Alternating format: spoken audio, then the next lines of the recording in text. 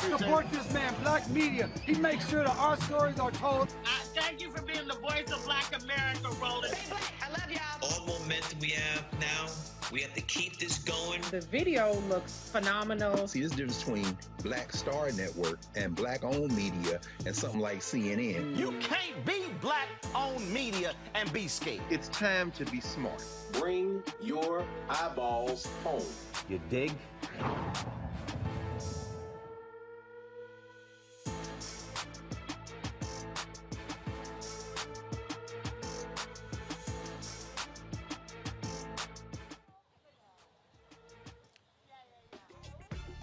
Today is Tuesday, March 1st, 2022. Roland Martin Unfiltered on the Black Star Network, coming live from the Town Theater here in New York City for the celebration of the 95th birthday of the great actor and activist Harry Belafonte. We'll be talking to many of the celebrities who will be coming through him to celebrate Mr. B. Also, today the State of the Union is taking place.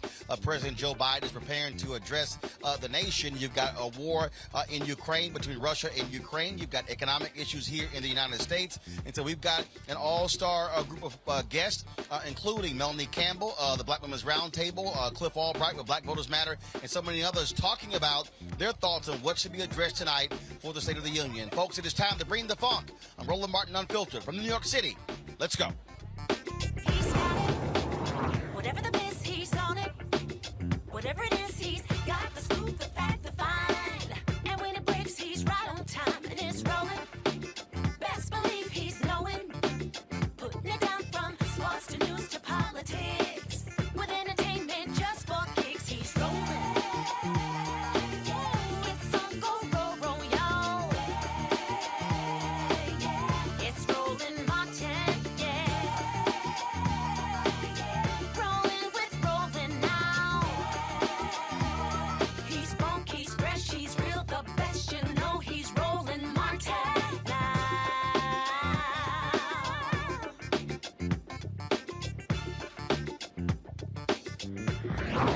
Martin.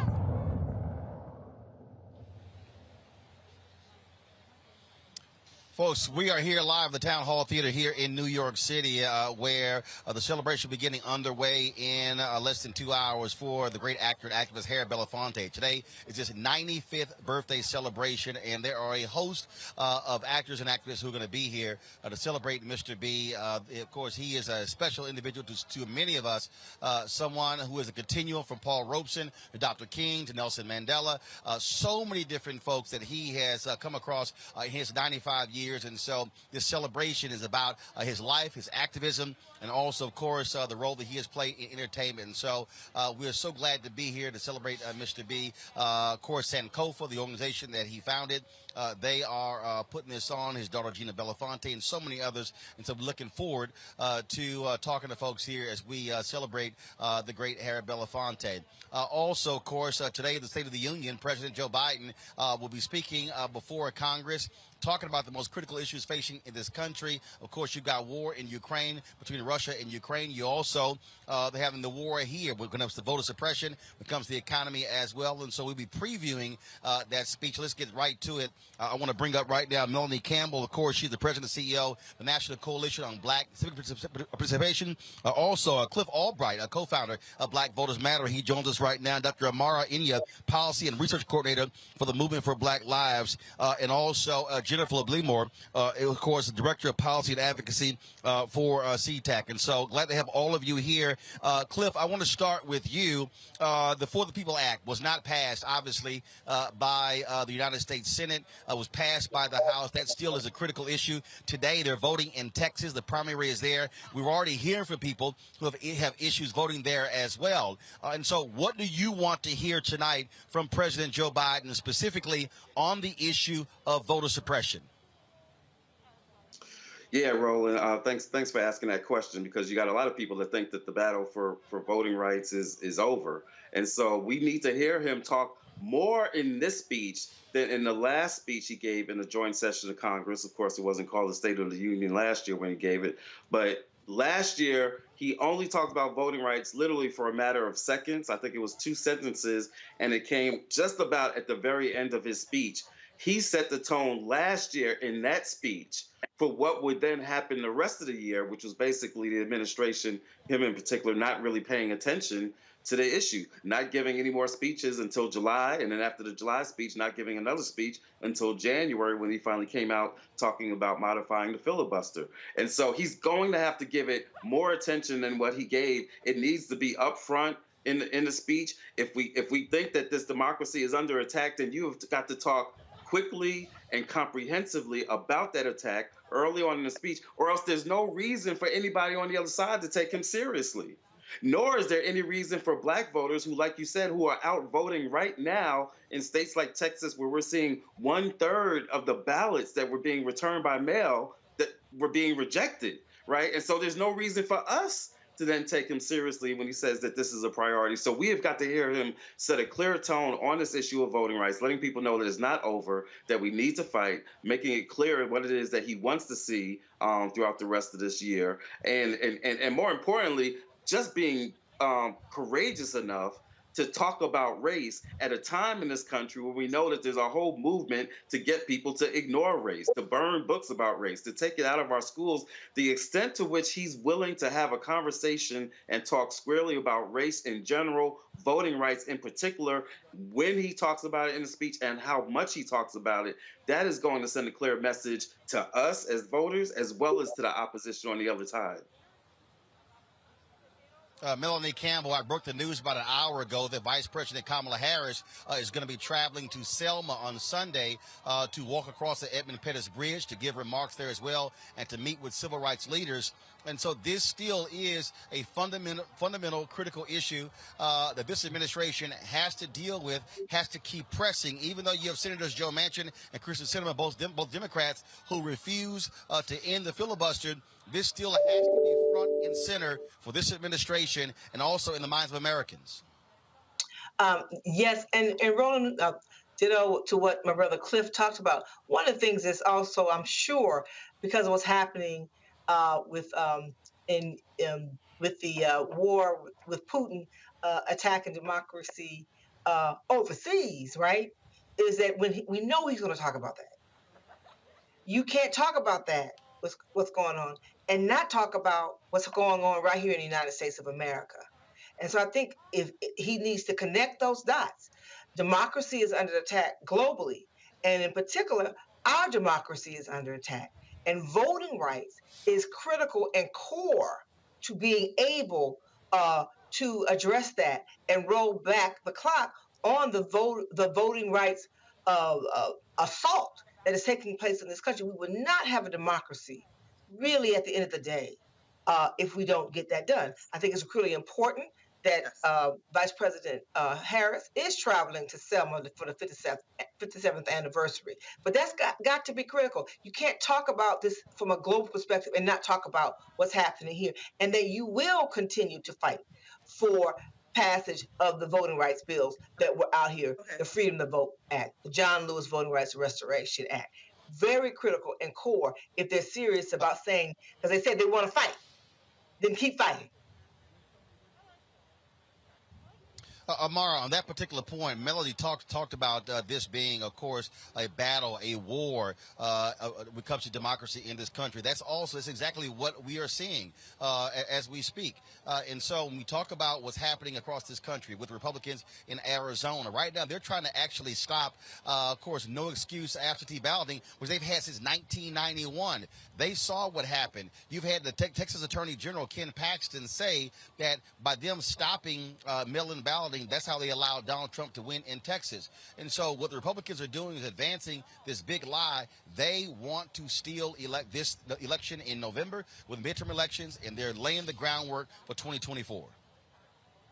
Yeah, you're absolutely right. I mean, I think it's obvious that what's happened over the last year or so, and even longer, has been a backlash, in particular because of the uprisings from 2020 and because of the work that's been happening around the country, really at the front lines, is you're seeing this backlash with these attempts to suppress the right to vote, and it's happening in the form of legislation across the country. The Republicans have clearly outlined a strategy that the only way that they can advance their agenda is by suppressing Black voters in particular, although it's couched in general language, but it really is designed to address the fact that Black voters are still absolutely crucial to this country. I also think it's important for us to link what is happening with voter suppression of protest and the criminalization of protesters and the curtailing of the First Amendment rights, particularly for those who were out and have been out making their voices heard about the injustices across this country.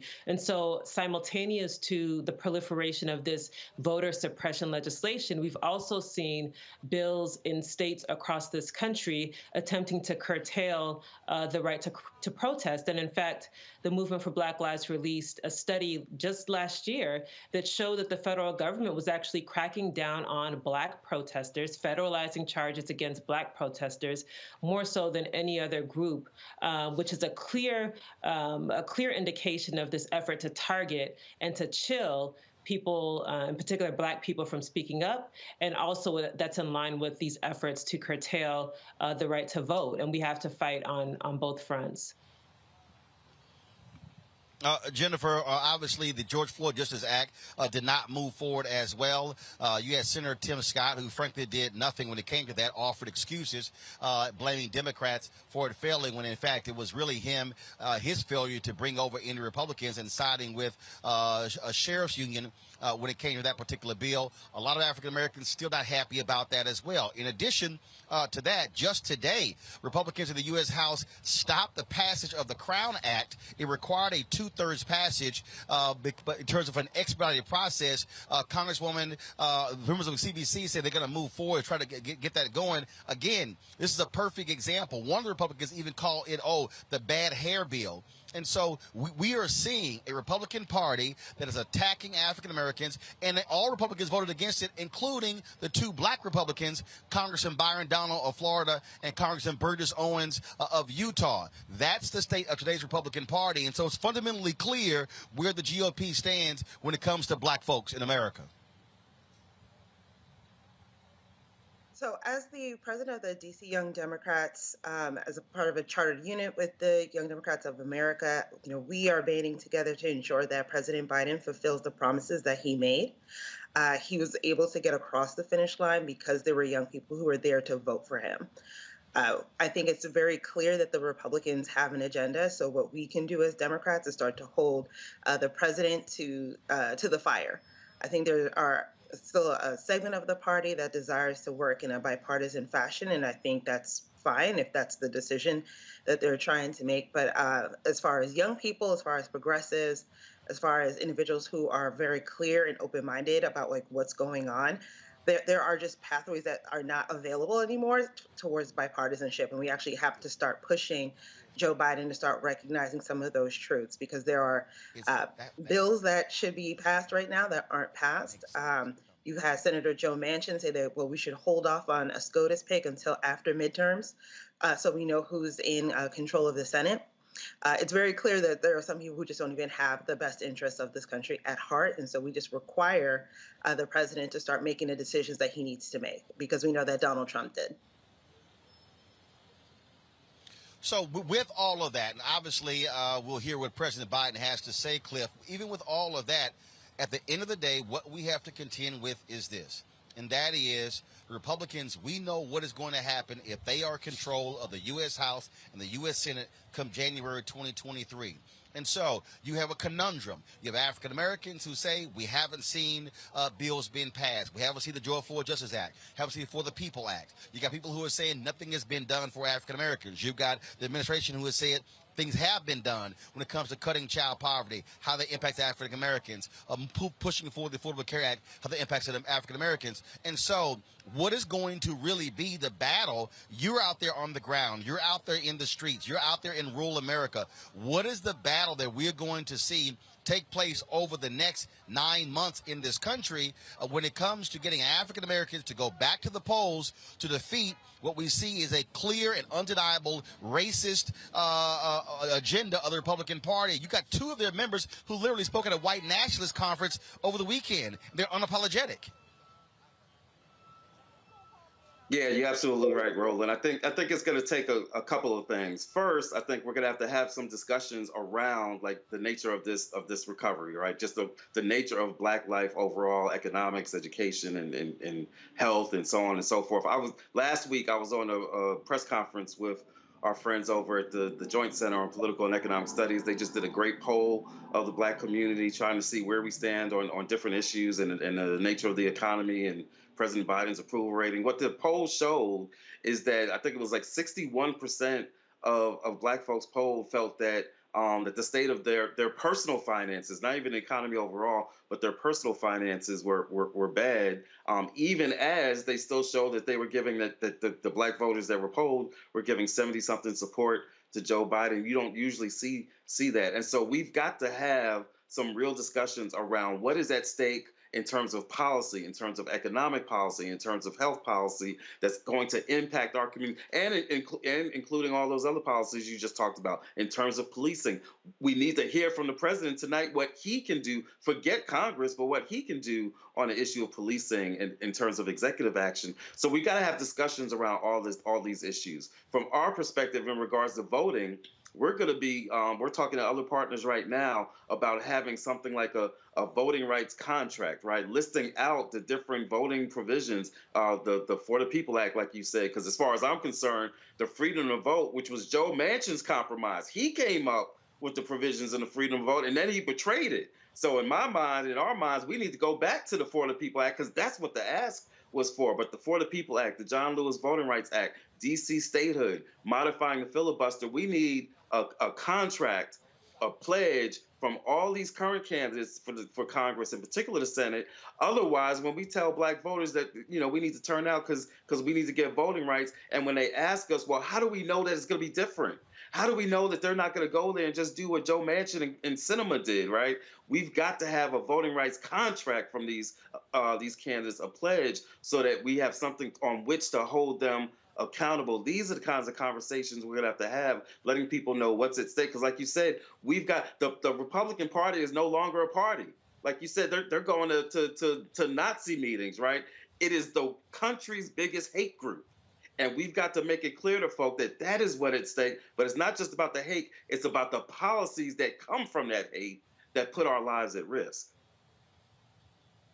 Amar, what about that? Because when you think about the contract with America, the Republicans did a number of years ago when Newt Gingrich was Speaker of the House, that was highly effective, not only for those incumbents, but also for the folks who are running. And so what is the movement for Black Lives going to be doing? You've got U.S. Senate candidates. Obviously, you've got Democrats trying to protect their seats in Georgia, in Nevada, and New Hampshire and others. But then you have the possibility of picking up seats in Ohio, in Pennsylvania, in North Carolina, in Wisconsin, in Florida. And so what about that idea that Cliff just laid out? Is the movement for Black Lives coming up with, let's say, that contract and asking candidates to actually sign it, to actually commit to the agenda that y'all are putting forward?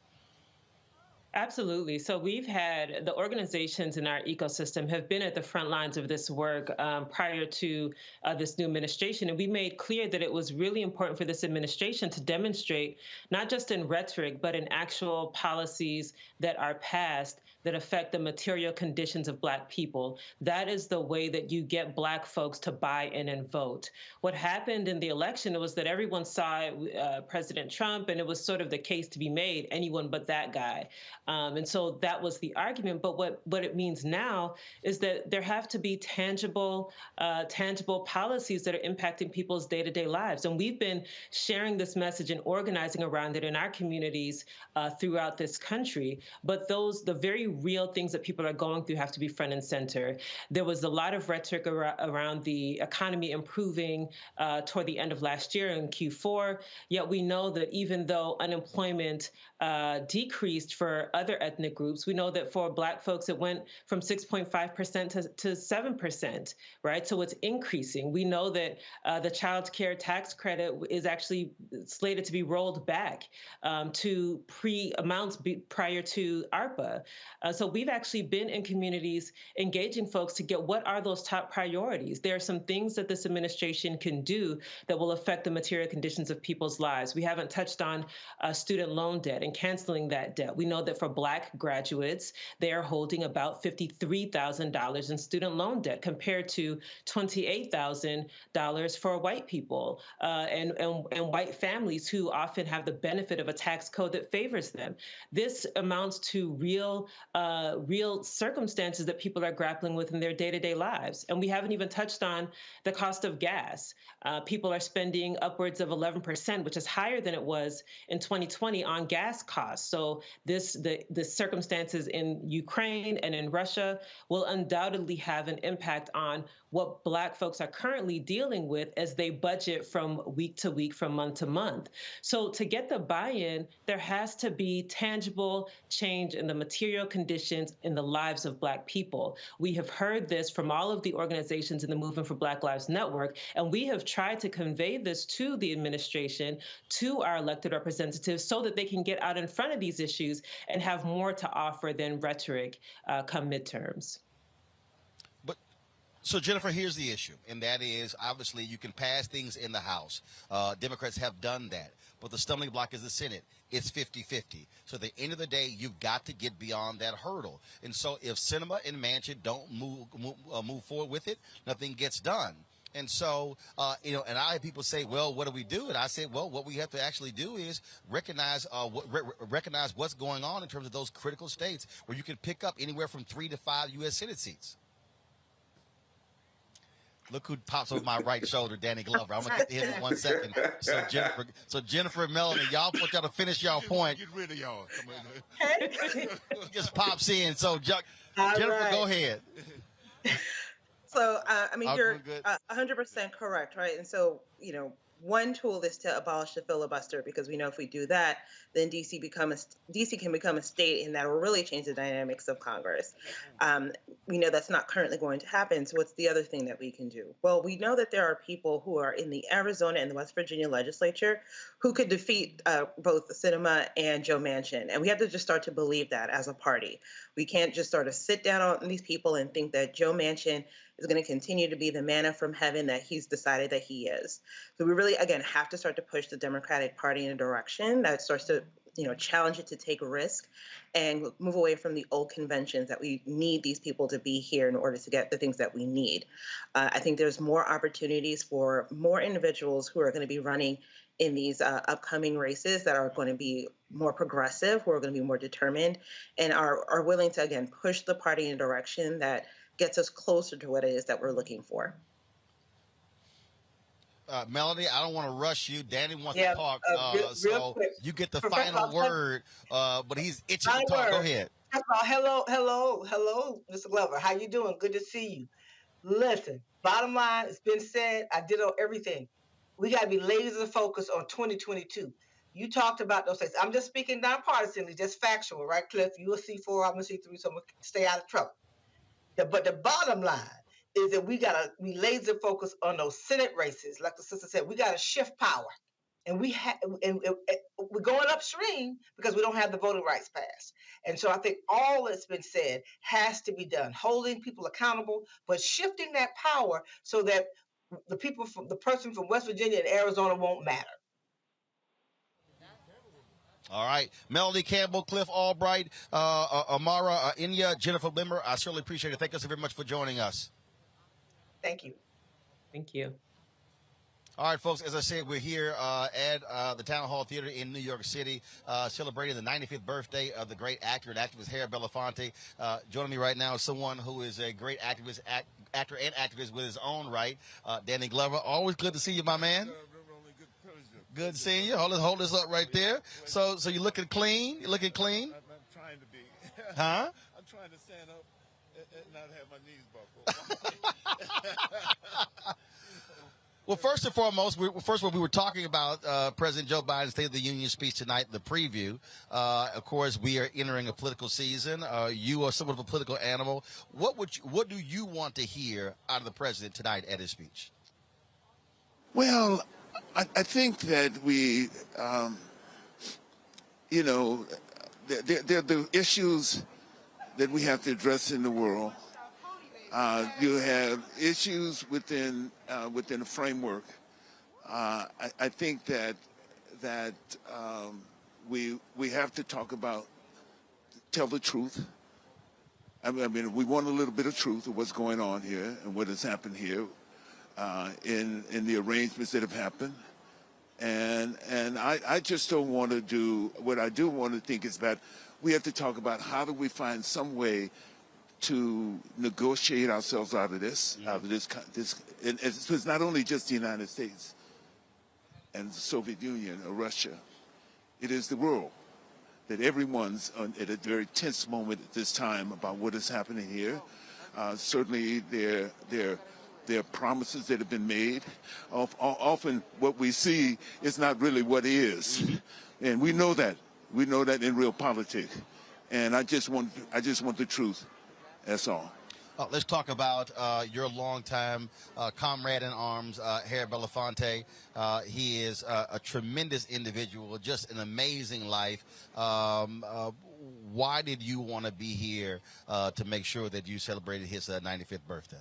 Because a long time ago, when I was a very young child, he recruited me. He goes to recruiting people. That's what he does. He comes to say, how many people want to walk with him? You know, there's an event, there's an issue. You know, I say, he says, I walk with Mandela. I walk with King. I walk with Malcolm. I walk with all of them. And that's what he brings to the table.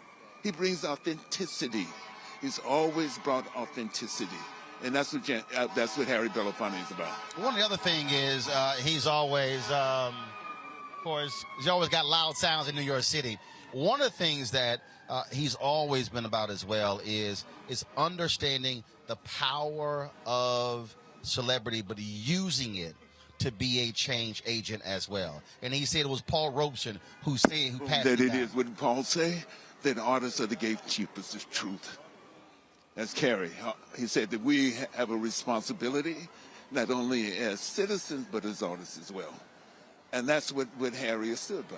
And that's what this 95 years of commitment from the first time. Imagine him sitting around at 19 years old with W.B. Du Bois, Robeson, them sitting around. And you can imagine them sitting, Langston Hughes, them sitting around, Ossie Davis, Ruby Dee. I mean, at a time of an extraordinary change post-World War II United States, the changes that need to happen and destined to happen, he was right there as an artist, an activist, and a citizen.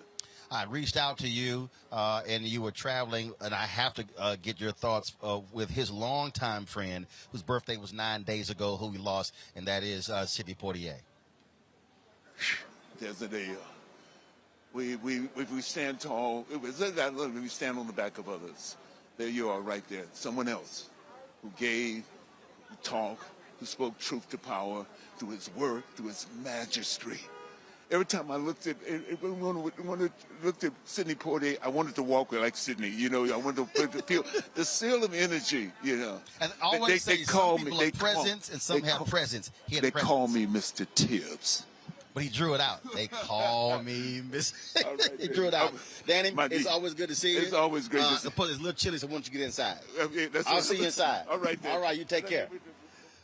Folks, that of course is the great Danny Glover out here to celebrate his longtime friend, as he said, someone who recruited him into the movement. That is Harry Belafonte. We're going to have more here from the Town Hall Theater in New York City. More folks going to be coming through. We'll be talking to them as well. We have more guests as well, previewing President Joe Biden's State of the Union speech. So keep it locked right here on Roland Martin Unfiltered, right here on the Black Star Network. Back in a moment.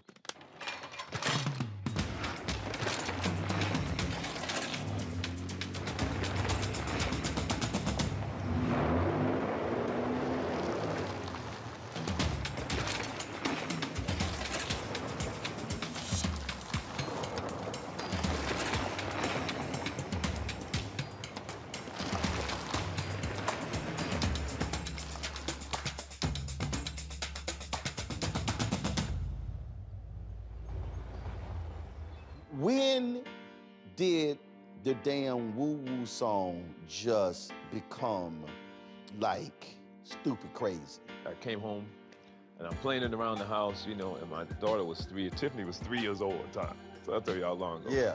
And she kept walking by singing woo-woo, and she said, Dad, I love that woo-woo song.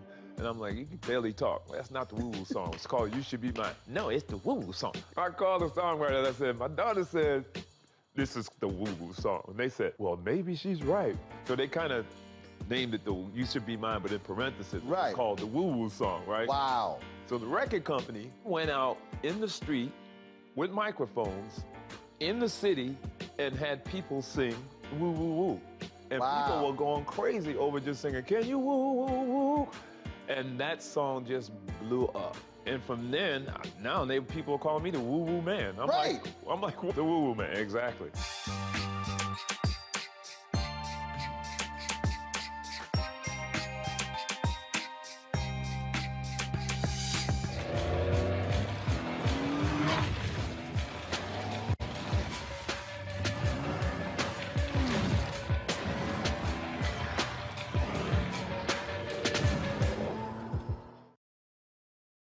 Hi, I'm Vivian Green. Hey everybody, this is your man Fred Hammond, and you're watching Roland Martin, my man, Unfiltered. Go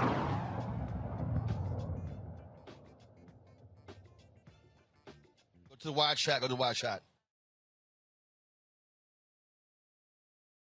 Here to New York City. We're here right outside the Town Hall Theater where in about an hour there's going to be a celebration on behalf of the Harry Belafonte. He turned 95 years old today. And, of course, there are a number of people who are going to be here to celebrate him. Rashad Robinson of Color of Change, Whoopi Goldberg, Malik Yoba, Michael Moore, Spike Lee is going to be here. And so Gary Jordan, the Belafonte alumni band, they're going to be here as well. And so so many people are scheduled to be here to celebrate Mr. B. He has done so much over his 95 years on this earth. I've had an opportunity to spend lots of time with him, to meet with him, to talk with him, to listen to him, to break bread with him. And I can tell you, he is one of the most impactful individuals I have ever met in my life. Just simply being in his presence is always an amazing thing. And so we had to be here. I recently got back from Liberia. And my crew, we've been, like I say, that jet lag was kicking us, and a lot of things going on. But I said, you know what, we got to go to New York City to be here to celebrate Mr. B. Like I said, I've had a chance to talk with him and sit down with him many times. 2 extended interviews with him to the control room. Let me know if y'all have it queued up. Some of our conversation. We had 2 hour-long interviews that aired on TV1. I also covered the big festival that he was involved in Atlanta. We covered that as well. And so, and the thing about this here, he has the ability. There's no one he cannot pick the phone up and call. So you heard Danny Glover talk about Harry Belafonte, talk about the connection with Paul Robeson and Dr. King, and talk about his work in South Africa, his work with Nelson Mandela. Many people may not realize he was the inspiration behind We Are the World. He was the one who made the phone call to try to do a benefit concert for the folks in Africa. And it was the producer, one of the managers of Lionel Richie and Kenny Rogers, who said, hey, why don't we do something different? And so even when you think about that effort that raised some $64 million to feed folks in Africa, that was the idea of Harry Belafonte. And so there have been so many movements that he's been a part of. When you talk about his friendships with Sidney Poitier, with Dick Gregory, with Ruby Dee and Ossie Davis, and so many people, we really are talking about somebody who has had a storied life, also winner of the Presidential Medal of Freedom as well. And so that's why we are here. Again, we'll be talking to a number of people who are going to be coming through here. The red carpet opened about 20 minutes ago, and so we expect to see folks coming through over the next hour. And so we're going to be chatting with them. And again, we'll have some of my interview with him as well.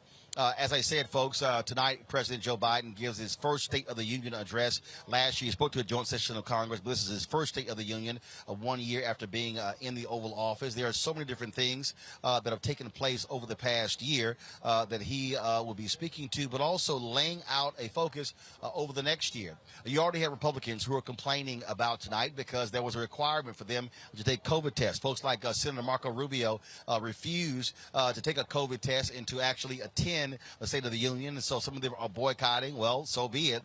You've had Republicans whining and complaining about COVID tests, mask mandates, but Democrats control the House and the Senate. Speaker Nancy Pelosi has made it perfectly clear that they have those mandates and they must abide by those mandates. And so that's the world that we're still living in. You're still having people who are angry by that. We're here in New York City, and you have New York Mayor Eric Adams who is still deciding whether they're going to end the mask mandates in school. Also, you still have vaccination requirements for folks who work in offices and also to go into restaurants. And so COVID is still with us. It is still a significant part of our world. You've seen a decrease in cases, but the reality is we still have more than 1 million people who have died from COVID. That no doubt is going to be also a part of President Joe Biden's speech tonight. But when we talk about, folks, some of the most important things that have been going on, one of the things that also is critically important, the efforts of Reverend Dr. William Barber, Reverend Liz Theo Harris, and the Poor People's Campaign. Folks, if y'all have that video, let me know. And so when we have the Belafonte video as well as the Poor People's Campaign video, let me know. Because they are on the forefront of advocating for an agenda to speak to the poor in this country. Too often politicians are only focused on the middle class. They want to make it about the poor in this country, the working poor, the folks who are out here fighting. One of the folks who understands that, who's been out here on the front lines, also organizing and mobilizing, not only with young people, but also folks of all ages, is Tiffany Lofton. She, of course, is an activist, formerly ran the Youth and College Division of the NAACP, and she is back from her one-woman road trip in her van. And so if y'all were following her on Instagram, it was hilarious seeing Tiffany out there, who is quite urbane, seeing her out there camping. Did you not think I was going to bring that up? Really? This is the first time I've had you on since your camping adventures. That was so much fun. Roland, you know that I ride horses, I skydive, and I will drive a camper van from Los Angeles to Portland, Oregon to see our girl, Jamira Burley, who just moved to Oregon. So that's why I was taking the road trip. And I just appreciate my uncle who was able to make sure that I was safe and that he knew exactly where I was in the entire trip, because I did do it by myself, and that was pretty dangerous. But I had a great time. I'm glad to hear that. Let's talk about tonight. What do you want to hear from President Joe Biden in his first State of the Union speech? There's a few things I want to hear. One, I do not want him to pontificate about the successes he has had to meet folks in the middle. We have called for canceling all student loan debt. Joe Biden tonight is going to say, I've canceled student loan debt. But he has not canceled student loan debt for everyone. We are asking for him to cancel all student loan debt to get rid of at least $50,000 per person. And he's going to say he's been able to meet people in the middle by canceling some student loan debt and not canceling everyone's student loan debt. Families who have lost and have family members stolen by police officers have met with President Joe Biden multiple times, even on the campaign trail before he got his job. And he told them, he looked them in the face and he said, we want to make sure that your families receive justice. We're going to take care of your folks. We want to make sure that there's no more violence in the communities. And we have seen zero action, zero response, zero executive orders to protect the families, the people who are most vulnerable to the least violence in this nation and in this country. And I want to also hear him talk about things like jobs. I'm driving around the city right now. Gas is $7 a gallon in Los Angeles. We want to hear the solutions to COVID. We've just let it wash away. I want him to not lie to the people for the sake of elections and tell us what he thinks he's been successful at, to focus only on, hey, y'all, look at me. I've appointed a black woman to be the Supreme Court justice. Hey, look, y'all, we're at a war. I'm about to help us. I want him to meet the demands of what people have been calling and demanding him to do since his campaign trail to his presidency. But the issue that he obviously has to also deal with is that he can make as many promises as he wants to. But he still has to deal with that's Reverend Dr. William Barber calling me. So to the control room, if y'all could call Reverend William Barber, let him know. I think he's calling in to come on. So if y'all could call him and let him know that I'm talking to Tiffany, and then I can talk to him on the air. And so the thing here, Tiffany, is that he can make promises all he wants to, but the reality is bills are passed by Congress. And so that is sort of where we are now. You got the House, sure, bills have been passed in the House, but they're being blocked in the Senate because it's 50-50. And so that is a conundrum. And again, the unwillingness of Sinema and Manchin to get rid of the filibuster, that is what is preventing so many things that we want from actually getting through. The dichotomy that I'm finding, Roland, with the people that I work with and the communities that I'm helping to organize, is that they do not understand. And yes, there are procedural politics to our government. That is without a doubt. Anybody that's smart that can look these things up will not say that Joe Biden is responsible for everything that happens in this nation. And that actually shouldn't be the case. But what we do know is that Donald Trump took a lot of executive orders and a lot of executive actions to meet the promises that he made his voters when he got elected. And what voters are saying now is, we just want you to do what you promised us you were going to do. Yes, the John Lewis bill did not pass. Will give us voting rights. Yes, women's rights and reproductive choice is on a statewide level, but at least give us a basic protection so we can have our own agency and decide what we want to do with our own bodies. Yes, we are waiting for Congress to cancel student loan debt and make it more affordable. But Joe Biden can sign an executive order right now to cancel off student loan debt before his State of the Union address and make us all really happy. Yes, he can pardon people and end the war on drugs. But for what the White House says, and this is where this battle is going on. You have Senator Elizabeth Warren, who says the White House has the authority. You have others who say they don't have the authority, and so that's what's going on. Yeah, listen. When my mama and my daddy, when I was younger, okay, if so I wanted something, hold up, Tiffany. Go ahead. Hold up, Tiffany. Gina Belafonte just jumped in here. Hi, Tiffany. How you doing? I'm so sorry.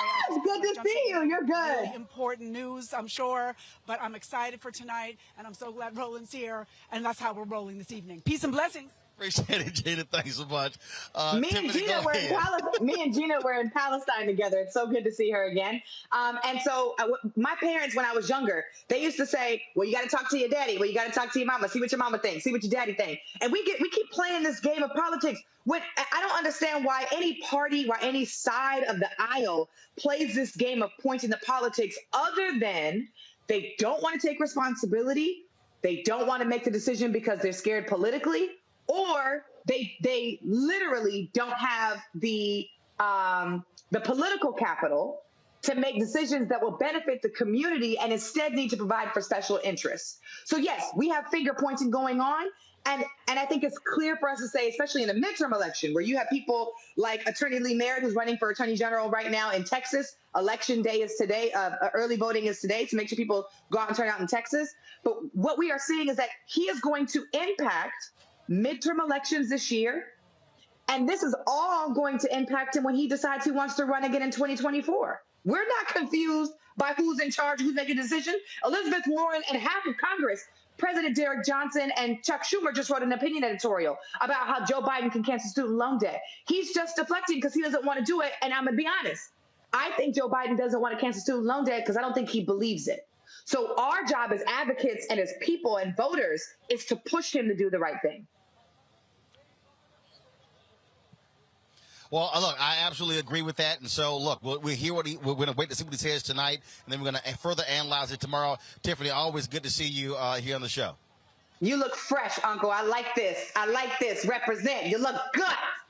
Represent. Well, you know how we do. You know how we do. I appreciate it. Thanks so much. All right, folks, so we want to quickly turn to my alpha brother, Reverend Dr. William Barber, of course, who is a co-convener of the Poor People's Campaign. Reverend Barber, glad to have you on the show. Notes are already coming out in terms of what President Biden is going to talk about tonight. We talk about what is the state of our union. What do you want to hear from this president tonight when he stands before the American people? Well, Roland, thank you. Glad you're back, man. Good to see you. Listen, first of all, I hope that on us, because people talk about we need to push the president, but you got to push him consistently.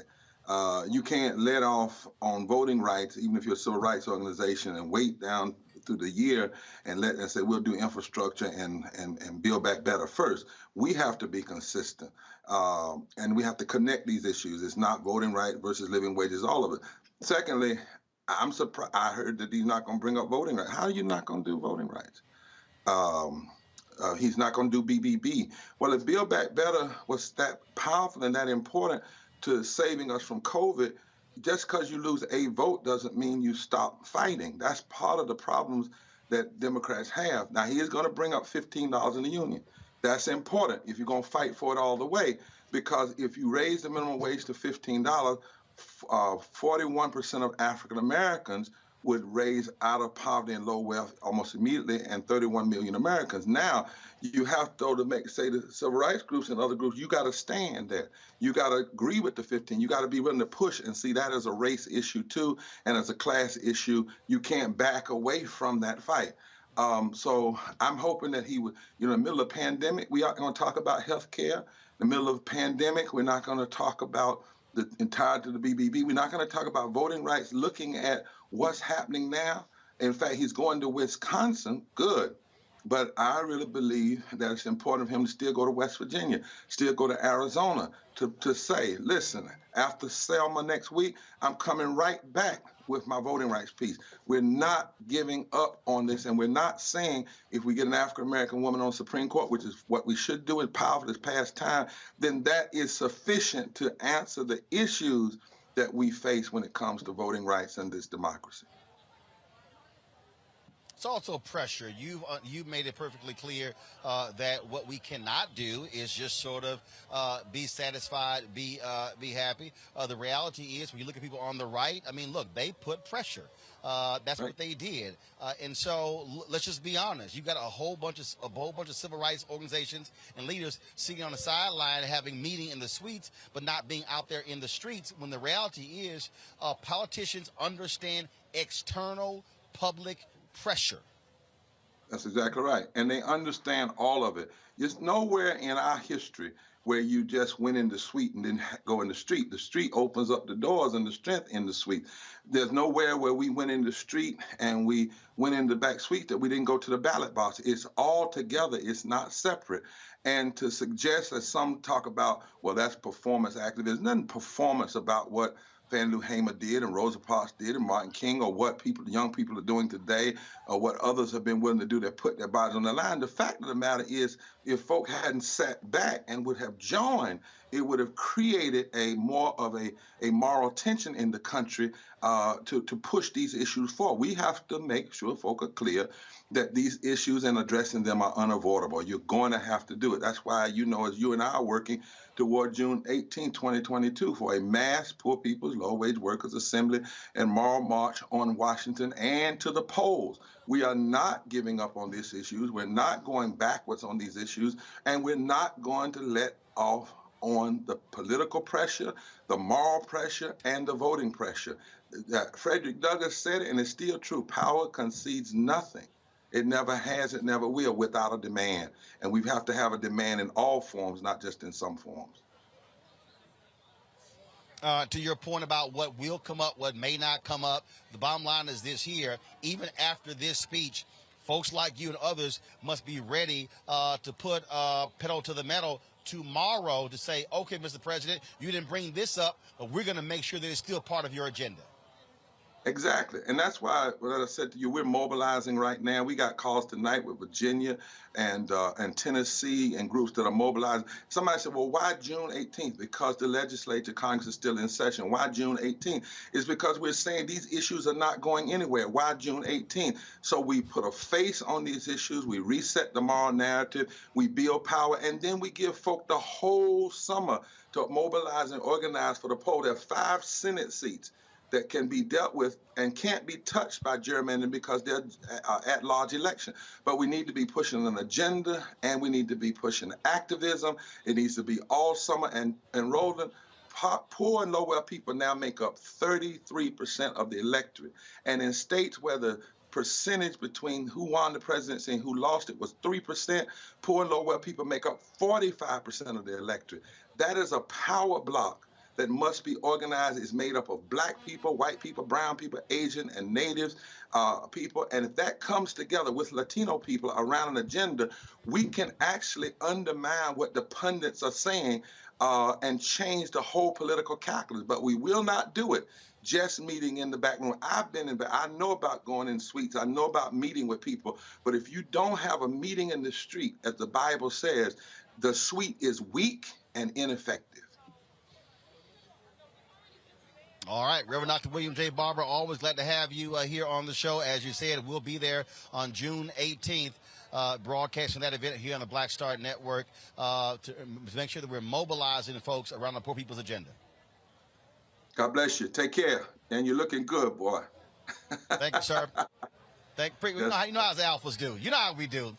All right, then. We're going to go to a quick break. When we come back, we're going to talk to Congressman Mo Khanna from California. We'll also talk to more folks here at the Town Hall Theater here in New York City, celebrating the 95th birthday of actor and activist Harry Belafonte. You're watching Roland Martin Unfiltered right here on the Black Star Network.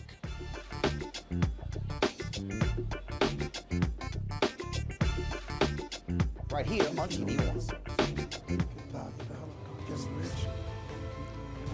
One of the things that we don't have a problem with, finding young voices and courageous young people to step in and give a phrase.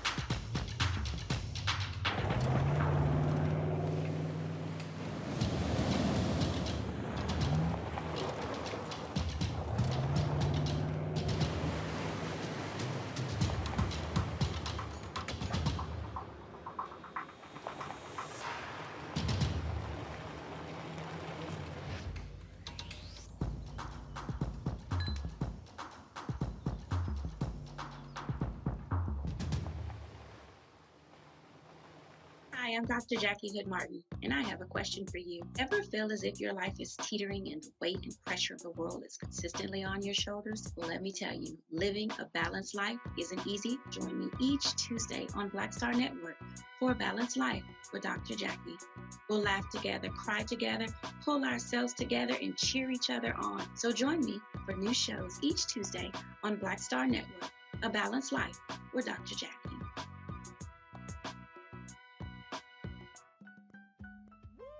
We're all impacted by the culture, whether we know it or not. From politics to music and entertainment, it's a huge part of our lives, and we're going to talk about it every day right here on The Culture with me, Faraji Muhammad, only on the Black Star Network. Hey everybody, it's your girl Lunel. So what's up? This is your boy Earthquake. Hi, I'm Chaley Rose, and you're watching Roland Martin Unfiltered.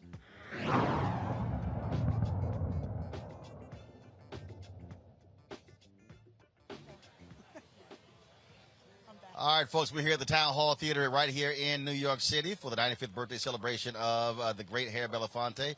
Joining me now, you know, she popped in a little bit early. They should have walked the red carpet. Is one of his daughters, Gina Belafonte. What's happening? What's up? What's up? Peace, y'all.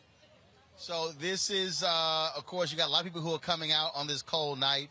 And just how important was it for you, Sankofa, to do this, to celebrate and to see folks want to celebrate your dad? Well, I'm overwhelmed by the support. It's been an amazing, amazing feeling to not only witness, but to be a part of this evening in celebration of his life and legacy. And also, not only is it his 95th birthday, but it's the 10th anniversary of Sankofa.org. And you were there from the beginning of that, too. And it has grown.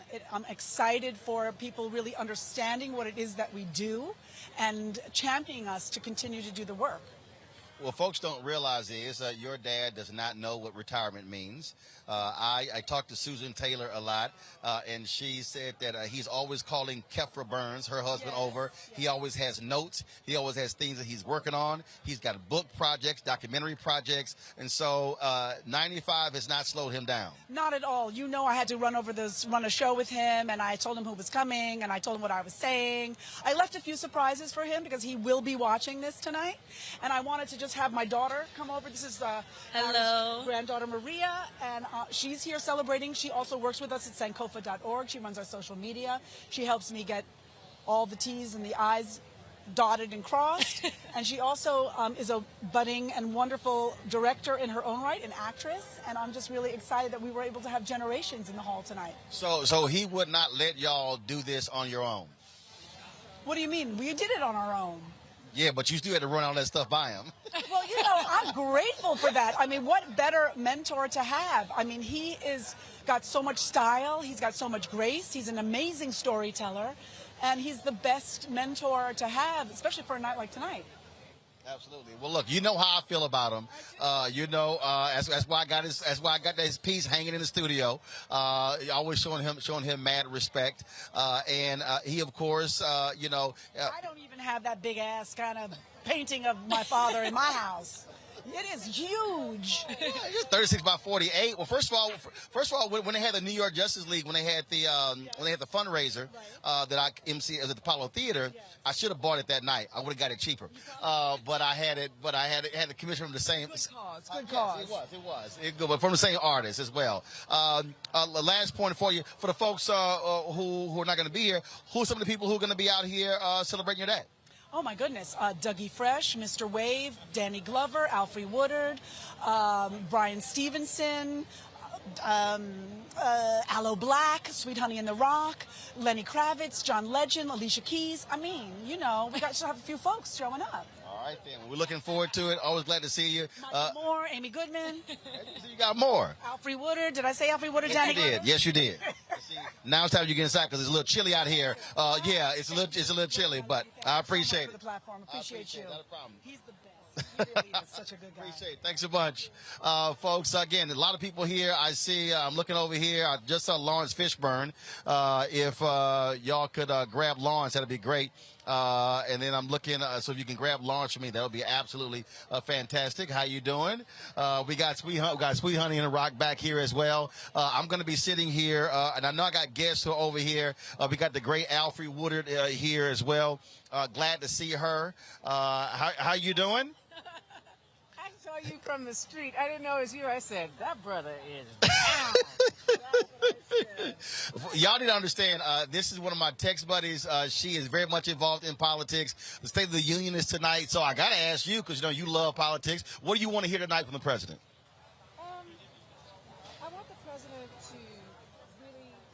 I want the president to really talk loudly about what he has accomplished.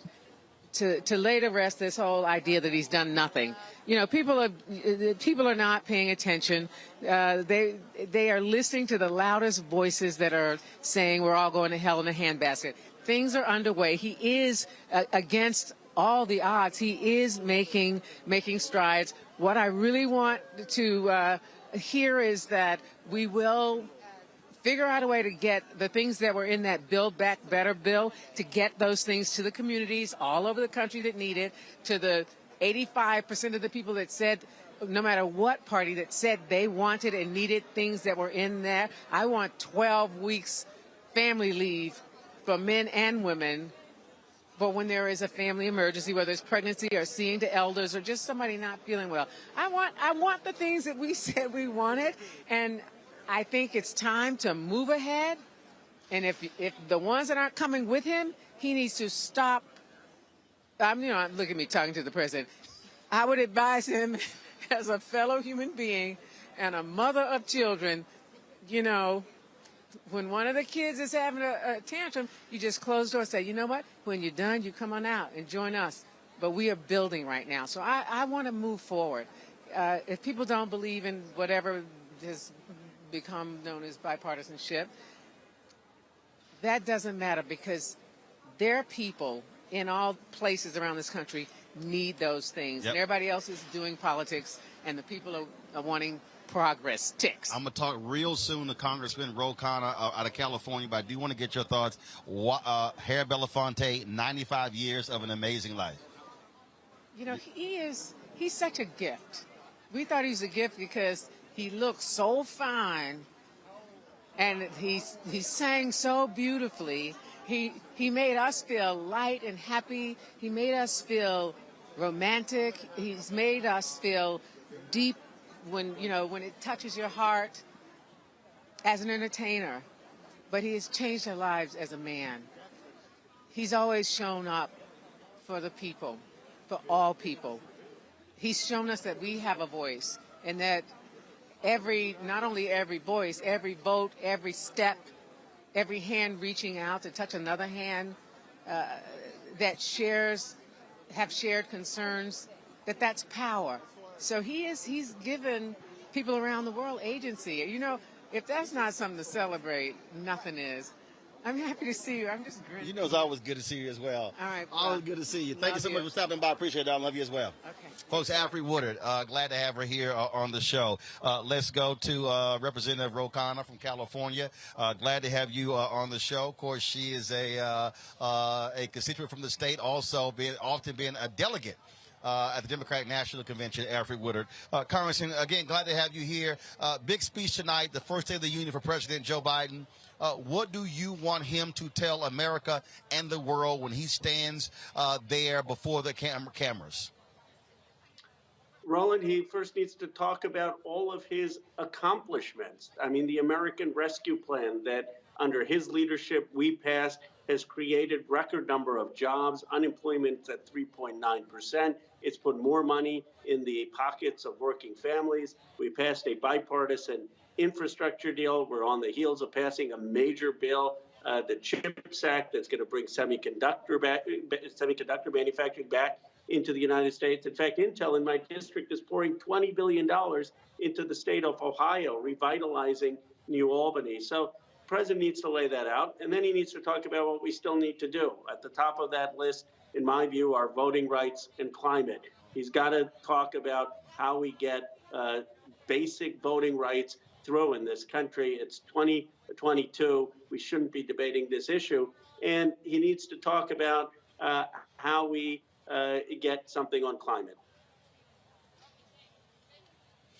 One of the things that we are dealing with, and that is you still have a block in the United States Senate.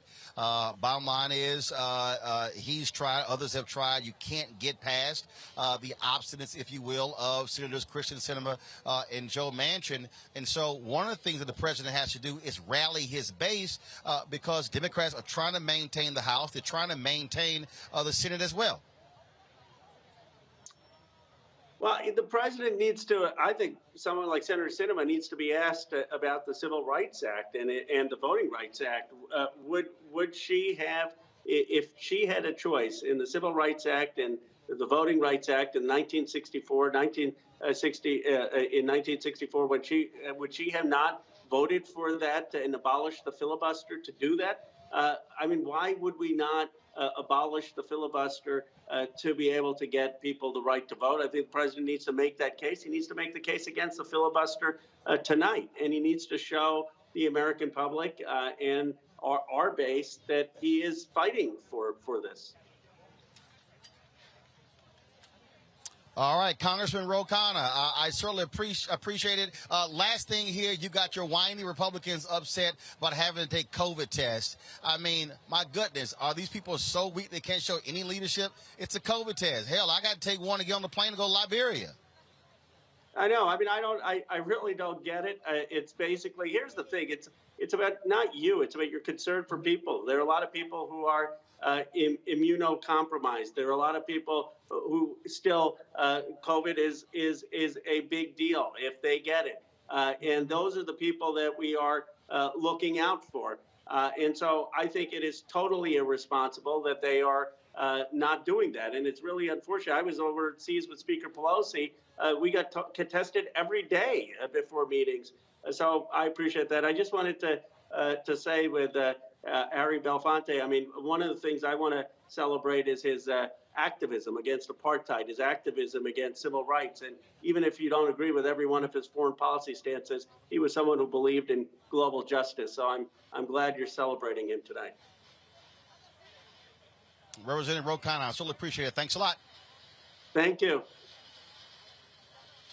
All right, folks, my next guest out here, of course, y'all have heard their voices, their amazing voices of the movement. They still doing their thing.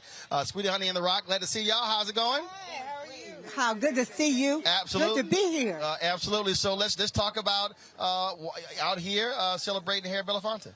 Well, this is exciting. 95 years old. My mother's 98. I think it's just such a blessing and a wonder to have our seniors with us. And, you know, and they broke so much ground for us, you know, and that they still be strong and in their mind. God bless them. I'm happy to be here. We're going to sing for him tonight. And, of course, y'all were out there when he was out there as well during the Black Freedom Movement, putting it on the line. Yes. Well, you know, Sweet Honey Head New Rock has you have a long legacy of singing for social justice, singing for people's, I would say, experiences in this American way of life. And so we are just really happy to be able to keep it going. We're approaching 50 years next year. We will have our 50th anniversary. We're still on the battlefield. So what is your favorite Harry Belafonte moment, memory? Ooh, Lord what you got? Mercy. What you got, Barbara? When we did the event in Georgia.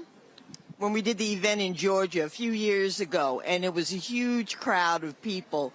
It was very exciting, and it was almost an all-night event. Right. It was a Sankofa Music Festival. Yeah, I was there. You were there. We brought that. We were there. And Mr. B sang. Yes. He said, I have not sung in 10 years. I'm singing for y'all tonight. And yes, he did. I got it on my camera. I got it, and I have it on my phone, too. He also sat down with a lot of young people, and they could ask him questions about his experiences. It was wonderful. Yeah, absolutely. Oh, let me tell you mine. Backstage at Alvin Ailey. And I walked up to Mr. B. I said, when Dolly go into a tournament, jump in there, eyes begin to burn. He said, how you know that song? I said, my parents used to play that when we were little, and the company would all be in the living room singing Harry Belafonte songs. I love Mr. B. We call him Harry Belafonte. Well, he has long been the man. That's right. Well, look, I'm looking forward to hearing y'all tonight. We still appreciate it. Great seeing y'all as well. God bless you. Good to see you. Absolutely. All right. Take care. All right, y'all take care. Bye-bye. Folks, we're going from Sweet Honey in the Rock to my man Tef Poe. He's a rapper. He's an activist out of St. Louis. He joins us right now on Roland Martin Unfiltered. Tef, how you doing?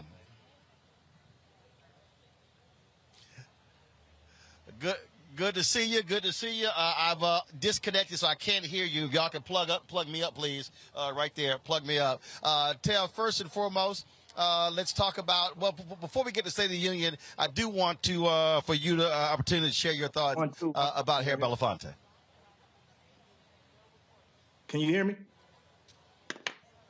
Yep, I got you. Okay, cool. The question was about Mr. B. Yep. Am I correct? Okay, yep. Harry Belafonte is a pillar, man. As an artist, he's somebody that I've looked to emulate.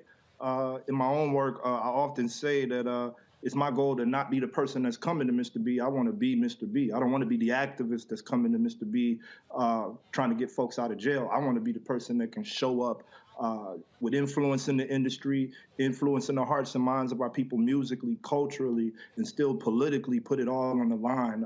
He was the first, I believe he was the first, one of the first artists, if not the first artist to go platinum.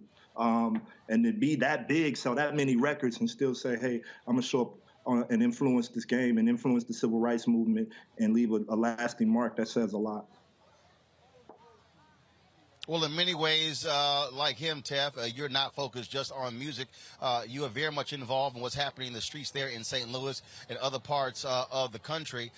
It's a huge speech tonight for President Joe Biden in State of the Union address.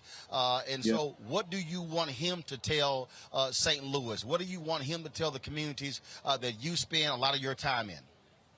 You know, finally, we just want some honesty. I think that this generation is done with the soft pandering of both parties. And you know me, so you know there's no chance that I'm here to be a cheerleader for the Democratic Party. But I'm also not here to inflate any fallacies about the Republican Party at the same time. So with that being said, we have to be honest. We're looking for the president to be honest about the United States imperial conquest overseas. We want him to be honest about the reasons that we perceive a lot of his responses to rogue regimes like Russia, who are attacking white countries with pale skin and blue eyes and blonde hair, while his response looks one way to those countries but looks another way to black and brown countries. We're a generation of globalists in this time. We travel, we see things. We're the information age, and no information is hidden from us in this era. So we need the Democratic Party to understand that the importance of being real with us. The State of the Union is a heavy concept. It's a heavy thing to address right now with the pandemic. Folks that are poor all over the country trying to figure it out. The Democrats consistently move the needle with the job statistics and the economy. It's just time to be honest about what's really going on before it's too late. And when you talk about the issue with the economy, even though we look at the numbers, the economy is doing well, you still have a sentiment among a lot of people that it's not actually working for them. That's something that he also has to address, and that's one of the reasons why his polling numbers are around 40%. And so he has to say something to instill a level of confidence in citizens that it is going to get better for them. Indeed, Roland. And I think that we're at a special place in history right now because Joe Biden doesn't have to be the opposition of the masses of black folks that do plan on organizing for a better America in these next upcoming years, upcoming days, upcoming weeks. He's in the position where he can really do some things to sound the alarm off and showcase a different side of the coin. What about universal health care? What about student loans? What about eradicating those? What about actually moving the country into an adequate position in this new millennium? There has to be some rectification for this America's rogue militaristic practices right now, especially as we're on the dawn of a new world war. Black and brown bodies, black and brown young men are going to be the ones that are fighting that war if we do go there. All right, Tepo, always good to see you, man. Thank you for joining us, sharing your thoughts on what you want to hear tonight from President Joe Biden in his First State of the Union address. Thank you so much for having me, bro. All right, thanks a bunch. All right, folks, got to go to a break. We come back. More from the Town Hall Theater here in New York City, celebrating the 95th birthday of Harry Belafonte. Also, we'll talk with one of the leaders in the Black Lives Matter movement with regards to tonight's State of the Union address from President Joe Biden. You're watching Roland Martin Unfiltered right here on the Black Star Network. Don't forget to download the app on all platforms: Apple phone, Android phone, Apple TV, Android TV, Roku, Samsung TV, Xbox, and Amazon Fire. And, of course, please support us with your resources. Your dollars make it possible for us to come to events like this and to cover it. And so that, of course, is Cash App, $RM Unfiltered. Venmo is RM Unfiltered. PayPal is R Martin Unfiltered. And, of course, Zelle is Roland at RolandSMartin.com. And it's P.O. Box 57196, Washington, D.C. 20037. We'll be back in a moment.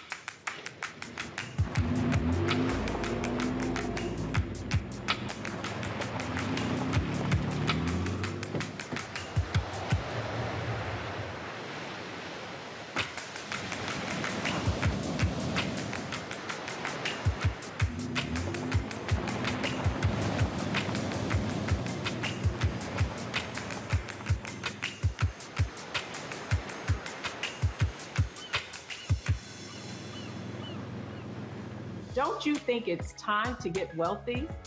I'm Deborah Owens, America's Wealth Coach, and my new show on the Black Star Network focuses on the things your financial advisor or bank isn't telling you.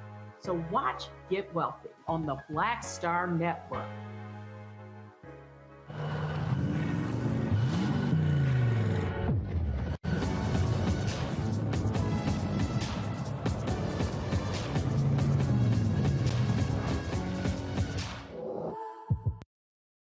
Black TV does matter, dang it. Hey, what's up, y'all? It's your boy Jacob Lattimore, and you're now watching Roland Martin right now. Yee.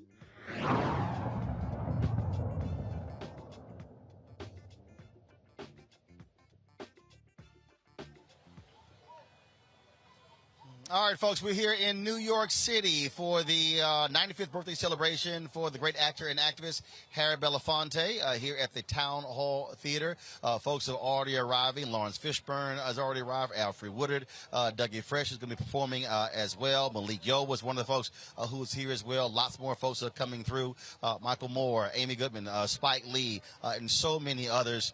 When we talk about Harry Belafonte, it's not just about his singing or his acting. It's also about the activism that he has been involved in his entire life. And when we talk about the issues that he has been fighting for, he's marched with many, involved in many social justice movements as well. And, of course, so many folks have been impacted by the death a couple of years ago of George Floyd. Joining us right now is Selwyn Jones, who is one of the George Floyd's uncle. Family members are here as well. How you doing? How you doing, sir? We're doing fine tonight. Glad to see you out here, first and foremost.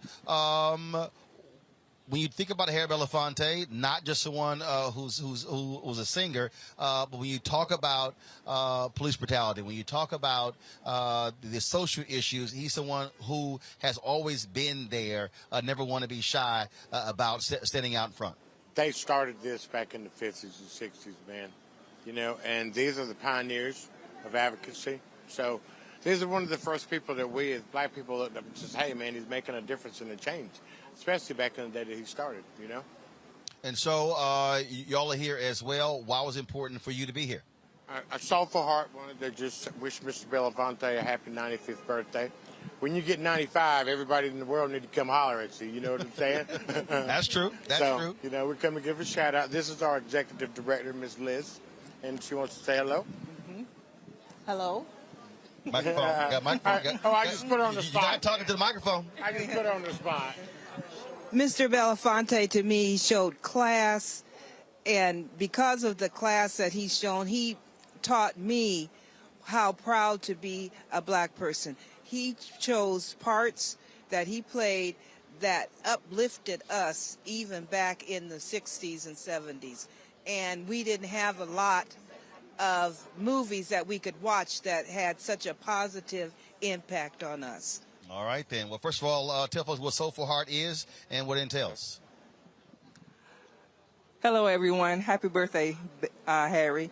Soulful Heart, memorializing George Floyd, is a nonprofit organization that was founded by Stephen Davis, myself, Love McCall, and, of course, Selwyn Jones, the uncle of George Floyd. And our mission is to uplift our youth, bring the communities together, stop the violence, bring peace, and bring infrastructure to the world. All right. Well, we surely appreciate it. Hope y'all enjoyed tonight's program, and glad to see you, and thanks so much. All right. Take care. I appreciate it. Thank you so very much. All right, again, folks, we're here in New York City celebrating the birthday of Harry Belafonte. I see Whoopi Goldberg over there. Of course, my fellow November Scorpio. She's November 13th. I'm November 14th. Hopefully, we can get her over here. And so if they can, again, yes, escort her over, that would be absolutely great. And so she's recording something right now. And if we could just get her real quick. Let's see. Anthony, watch out. So if we can get Whoopi over here. All right. All right, she's taking a picture. I think she's answered a couple of questions. And so just have my guest hold for 1 second, please. I definitely want to make sure we quickly get her, because she's going to be running inside. And so that's why I don't want to go to the guest just yet. And so tell Ms. Price to hold on 1 second so we can grab Whoopi real quick. When she finishes there. So I just want to get her for a moment. Of course, co-host of The View, Oscar winner, Tony winner. I mean, she's one and all. And, of course, is a great comedian as well. And so glad to see her out here celebrating and feting Mr. Belafonte. And if we can get her real quick. If we can get her real quick, real quick, let's see, India. If y'all can, here we go. Hey, Queen, come on, come on now. Come on, you looking great as well. Come on now. got my summer dress because I can't fit in anything else. Come on, come on. My fellow Scorpio, how you doing? I'm good. Mr. B, 95 years. So he says. He says he's 95. I don't know. Because he act more like he's 65. Well, he's 22 as far as I'm concerned, you know. Why was it important for you to come out here to show your love for him? Because he would have killed me if I didn't. You know, I love Harry. He knows I don't like to be out in public a lot. And so, you know, 95 is a big deal. You know, a lot of people don't make it. But Harry's here, and I want to make sure that I put my little voice in saying, you know, thank God you're still here. And thank God for all the stuff that you did, because you taught us, those of us who could do it, how to do it. You know? Well, I agree. Well, I always love sitting at his feet, listening to him, talking with him. But the things that are interesting, he wants to hear from you. I'm like, no, I want to hear from you. He's like, no, I want you to talk. Well, that's what keeps him going, because it stimulates a conversation that he may not be having with other people. So it's a joy when he wants to talk to you, because when he doesn't want to talk to you, it's very clear. Yeah, that's true. Yeah. That's very true. Look, it's always good to see you. It's a little chilly out here, so I'll see you inside. Well, yes, I got on my summer dress. I told you, I got on my summer dress, the only thing I could get in. Shoot, you know, look at it. See, I should be on the beach right now. Well, I just got back from Liberia, so they sent me some stuff. I'll send over to the office. He just came back from Liberia. I did. I'm saying. I know. You know, I'm with the black people. Well, me too. I'd like to be a warmer black person. But I'm with you. It was 87 there. You know what? That is so mean. What? Well, I'm freezing with you. No, you're not freezing. Look at you. You are not freezing. I told him to go get these gloves. I said, go to that sprint and get my gloves. My hands cold. I know. Look at my feet. Oh, my feet cold right now too. That's why I'm like a cop. I'm stuck. No, I see. You see that? You came out in these slippers. No, never slippers. Okay, I'm sorry. What? Birkenstocks. You know. Black people call them slippers. Do we? I can't remember what we do. We call them slippers. So many things. Over there, call them sliders now. Sliders, that's right. I will see you in there. All right, darling. Good seeing you. All right, y'all. That is the great Whoopi Goldberg there. She said wearing her summer outfit because she couldn't fit anything else. All right, y'all. Let me go to my next guest. My apologies for having you on hold for quite some time. This is a fluid moment at the Melanie Price with Black Lives Matter. Doc, how you doing? I'm good. I want to say that I'm not with Black Lives Matter. I'm a professor at Prairie View, but I was asked to talk to you about politics in the State of the Union. Okay, sorry about that. That's what they gave me here. So my bad. Let me ask you this. What do you want to hear from the president tonight? What do you want to come out of his mouth, speaking to you and the folks who you talk to, the people who you relate with? You know, because I'm sitting in Texas on Election Day, more than anything, I want to know what he's going to say and actually what he's going to do about securing voting rights for Black and brown people in this country, and particularly in the state where I live. That is the thing I think that is pressing us the most. And then after that, I want to hear what he's going to say about this whole critical race theory and belligerent racism that is an assault on K through 12 education, and in our state is actually heading towards colleges and universities, and what he thinks that means for HBCUs like the one where I teach. And I think the third thing I want to hear from him is what he's going to do about this economy. And we know, as they say, when the rest of America has a cold, we have pneumonia. And so what is he going to do that is going to help Black people and other poor people and people of color who have experienced a serious sort of downgrade in the ways in which they live because of the economic despair and in growing economic inflation?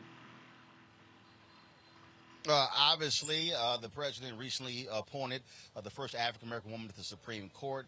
Justice is still a huge issue. And, of course, he's going to be pushing for her to get confirmed. It's very interesting when you hear – I would love to get your response. When you hear people say, well, that's not important. I've had people literally say to me that we want substance, that's just simply performative. That's a photo op. And I'm going, 1 of 9 on the Supreme Court is not a photo op.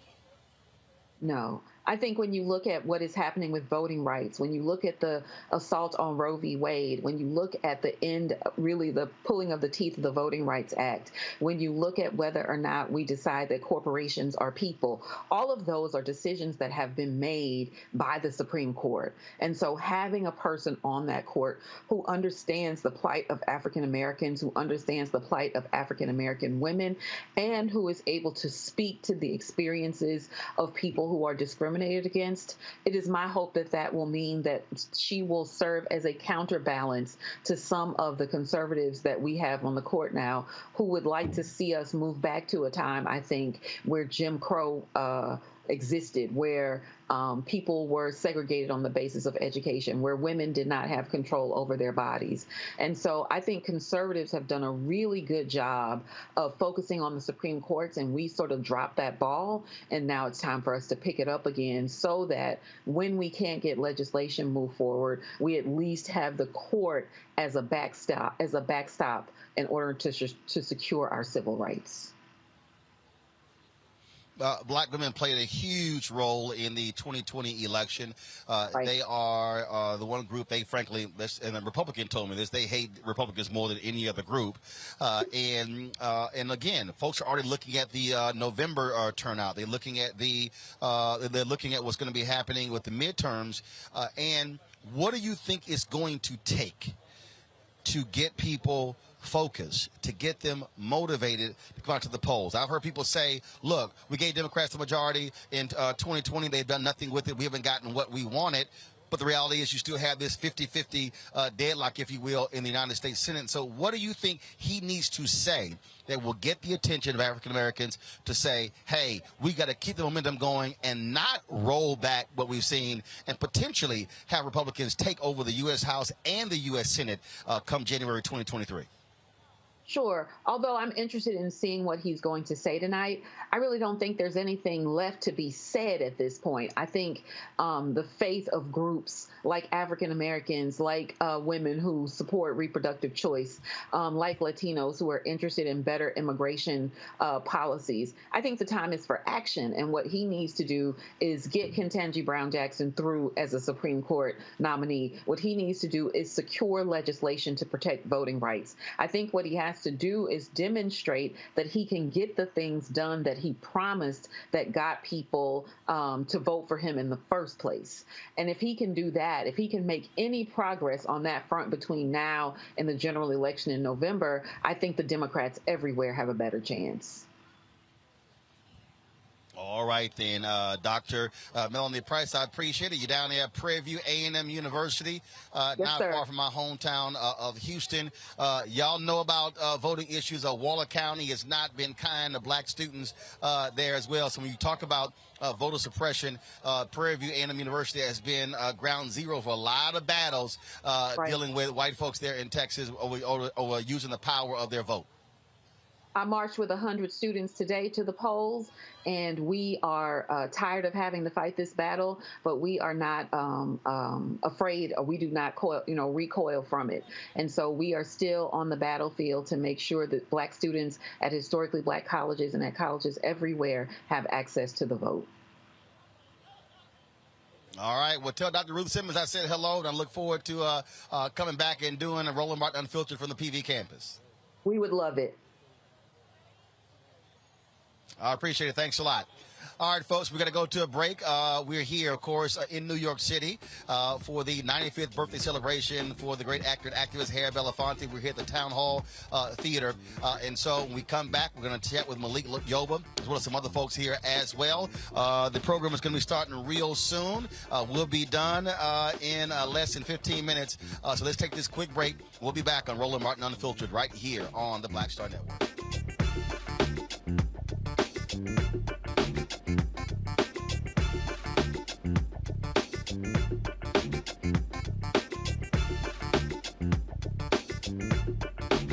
Black Star Network is here. Hold no punch I'm real revolutionary right now. Support this man, Black Media. He makes sure that our stories are told. Thank you for being the voice of Black America, Roland. Stay black. I love y'all. All momentum we have now, we have to keep this going. The video looks phenomenal. See, this difference between Black Star Network and Black-owned media and something like CNN. You can't be Black-owned media and be scared. It's time to be smart. Bring your eyeballs home. You dig?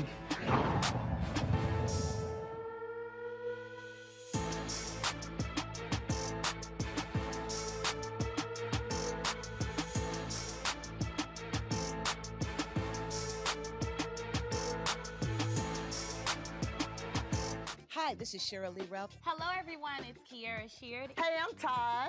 I'm Coco. And I'm Lily. And we're SWV. What's up, y'all? It's Ryan Destiny, and you're watching Roland Martin Unfiltered.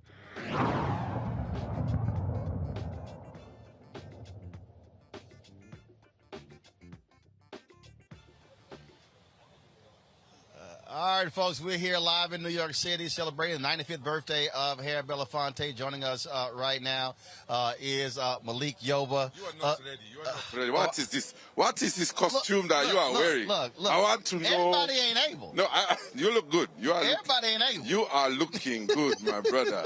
You are looking. Come on now. Good to see you, man. You know, I own 8 of these. I ain't feel like wearing No, I like it. I like it. Plus, it is a little warm too. You got the gloves. Well, no, right, because staying out here in one for spot a long for 2 time. hours. And these aren't those key lights that'll keep you warm. No, see, those are the old lights. Yeah. Right. See, this is where you want those old hot lights. Right. These LED cool lights don't work when it's freezing. So, Doc, let's talk about tonight. First time you met Harry Belafonte. I was just telling the story. I had a dream about him. Really? And I'd seen a movie. I think the film was called Odds Against Tomorrow. I fell asleep, and then the next day, he walked out of the elevator at the Reebok Sports Club, and I said, I just dreamt about you last night. He goes, what did you dream about me for? He told me the story about he had his first deal at a studio, gave me a bunch of his achievements and kind of schooled me there, and then we just stayed connected. And Gina and I have been friends a long time, so we've had the opportunity to have very special lunches and conversations that mean a lot. A lot of people, again, they focus on the activism, but they forget he was a very prominent actor. Right. He was very much. He was the first artist to sell 1 million records, black artist. Yeah.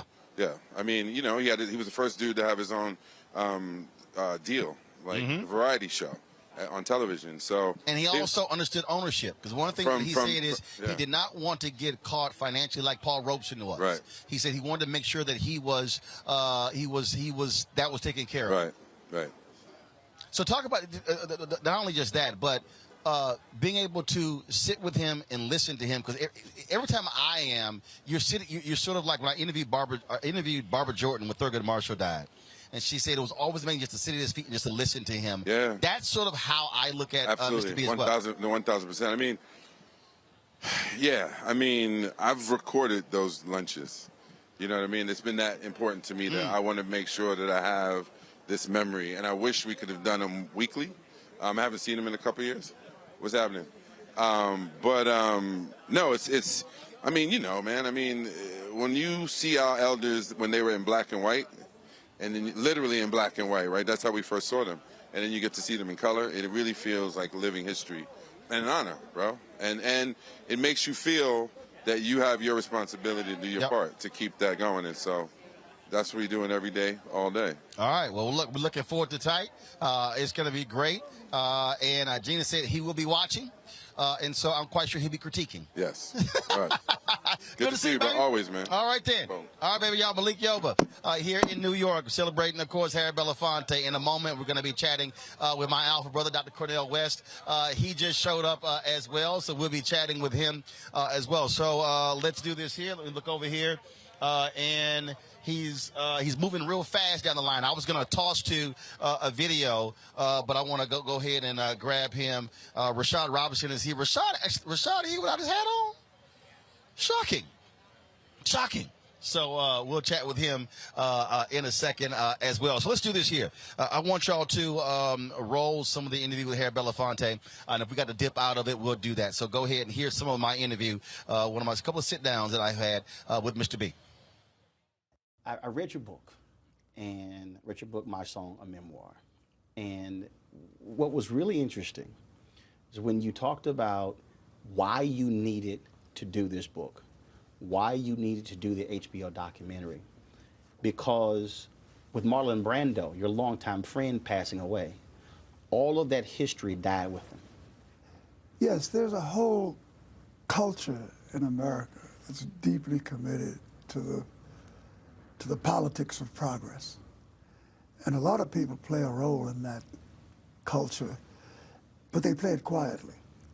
And a lot of them have celebrity status. And Marlon and I grew up together. I met him when I was 19. We were in school together. And our careers our lives paralleled one another. As a matter of fact, he introduced me to my second wife. And someone who he was dating. Yeah, as a matter of fact, I met her while he was dating her. And I said, this is too good for you, Marlon. That's a good friend. Anyway, he did a lot. He did a lot with the Black Panthers. He did a lot with SNCC, Student Nonviolent Coordinating Committee. He came and met with Dr. King any number of times, came to New York, along with a host of other celebrities, to raise funds and to raise consciousness.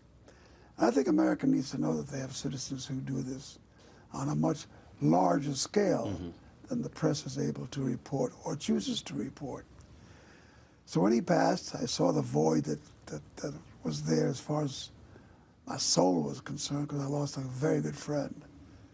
But then I understood that he went away without ever telling America what he did. And America needed to know that there are a lot of citizens that make a difference. All right, folks, welcome back. We're dipping out of that. So they told me Rashad Robinson was behind me. I was like, where? He ain't have his hat on. I'm trying. I don't even think I couldn't compete. I couldn't compete. Yeah, but you didn't go to sleep. You go to sleep with your hat on. So I was like, he ain't got a hat on. Somewhere in between my house and here, the hat disappeared. And we'll find it at some point. But I couldn't compete with this up here. Well, you know, I couldn't compete with the whole thing, brother. Look, it's Mr. B. I mean, come on. It's Mr. B. If you're gonna do it, do it. Yes, exactly. I mean, and you have done it. Once again, you have done it. You have outshined us all. I'm just here chilling. No. Let's talk about 95 years of Harry Belafonte. I mean, it is hard to put in words what legacy he has left us. What a roadmap to service. And I think about not just sort of all the things that are deeply visible about him, but all the kind of stories we've heard about the infrastructure he built, the things that he laid down, the organizations he helped to sustain, the ways in which he put his own career in jeopardy, and stalled opportunities in order to make a better way for all of us. We truly are on his shoulders in so many ways, and I couldn't think of a better way to celebrate him than to also celebrate another piece of infrastructure that he helped to create, and the legacy that his daughter Gina and so many others are trying to carry on with, really pushing artists to raise their voices, to engage more, and to be part of this movement. All right, then. Well, man, always good to see you. Always it's good. a little chilly out here. I know. So we're going to get inside. Exactly. We're looking forward to the program tonight. All right. Appreciate you. Rashad, all right. Thank you very Thanks much. a bunch. All right, folks, right here. And looks like I see a couple of raindrops coming down. So, yeah, we about to do it real quick here. We're about to have our final guest, I believe. That is, I need y'all to get the umbrellas out of the car, please. Right now, of course, he is a great alpha man. He is a bad brother. 6 in the house. You know how we do. My brother, my alpha brother, Dr. Cornel West. How you doing? Meet my wife. Where'd she go? My wife, come meet Brother Roland. You know, this is the one I know. It's good to meet you. Good to meet yes, you. brother, you looking so sharp, man. Just, you know, we're just here. We're just here. Lord have mercy. Y'all know who he is. Long distance runner, and he's still looking young as ever. Got that spirit of Harry Belafonte, Paul Robeson, Martin King, Fannie Lou Hamer, and Ella Baker all up in it. Well, we do what we do. And he ain't got to Aretha yet.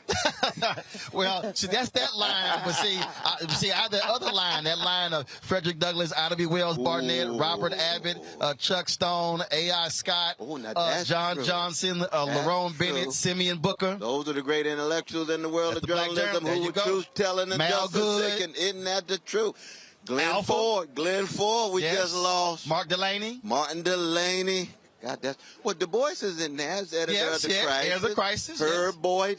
Yep, absolutely. Amsterdam. Absolutely. Ethel Payne, right. Alice Dunnigan. Oh, Lord, yes. You're right about that, brother. But no, I salute you. Let's talk about Mr. B. Just share your thoughts about 95 years. 95 years, young. The first time he appeared in public was with the Charlie Parker Band with Max Roach on the drums and Miles Davis, a young brother, playing the horn. That's how far back our dear brother Harry Belafonte goes, man. But the very fact that he was willing to stand with Paul Robeson and W.B. Du Bois during the Cold War says it all right there. Mm-hmm. That means he's not a chump, he's not a coward, he's not a conformist, he's not complacent, he's standing up for the truth. And that's what we love about him. We don't have enough folk, we don't have enough black folk, black artists, stand up for the people, stand up for the truth. That's what we need. That's why we love you, brother. Also, that continuum. You talk about Paul Robeson. You talk about Dr. King. Yes. You talk about the fight against apartheid. That's right. Standing with Miriam Makeba, standing with Nina Simone. Absolutely. But also Nelson Mandela. That's right. I mean, you talk about, look, I keep reminding people, We Are the World originated with Harry Belafonte. Wow, that's true. That's true. And that's with Quincy, though, right? Yeah. Yeah, that was with Quincy Jones. It was Harry. Harry called the manager of Lionel Richie and Kenny Rogers and said, let's do a benefit concert. They said, hey, how about we do this song? We Are the World. Everybody credits Michael Jackson and Lionel Richie for writing the song, but the idea originated with Harry Belafonte. See, this is why we love this brother. He's always unveiling things we know not of, and we end up, isn't that right, my brother? Isn't that right, my brother? We end up educated. We end up educated. I know I should let you run, though. He's also an Alpha. Is it Alpha too? 06 too? See, y'all see how it is? That's how we do it. I think my wife getting cold. Yeah, okay. You have to go inside. Love y'all. Love this brother. We're going to celebrate. Mr. B. Final word is, the struggle continues with love and justice, service to the least of these. Doc, I appreciate it. Love you, brother. Love you. Appreciate it. Thanks a lot.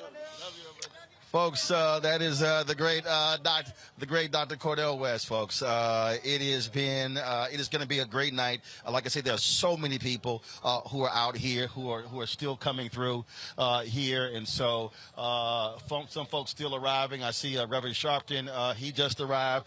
I was about to cut this off.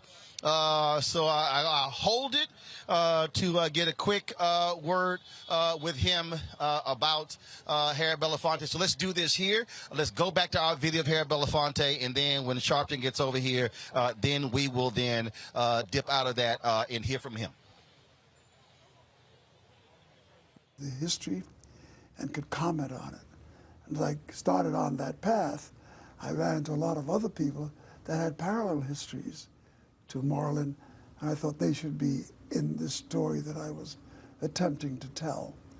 And as a consequence, we came up with Sing Your Song. When I got through making the film, I realized that we had about close to 800 hours of interview footage. And we only had an hour and 40 minutes in which to tell the story. So the idea of a book to become more subtextual, to talk more deeply about the context of the history of the period was required. So then I went off and started to do the book at a parallel time that as we were editing the film, and both came out at the same time. I've always been fascinated with history, but specifically African American history. When Gordon Parks died, when I read these obits, and you're sitting here saying, man, he did all of this. And I began to get DVDs and begin to get books to really understand who he was. And in many ways, that's how I felt reading this book. I mean, I'm sitting there going, man, I've known a lot of stuff, you know, about Harry Belafonte. But wow, this is amazing. And what really stood out was that you literally were at the intersection of so much history.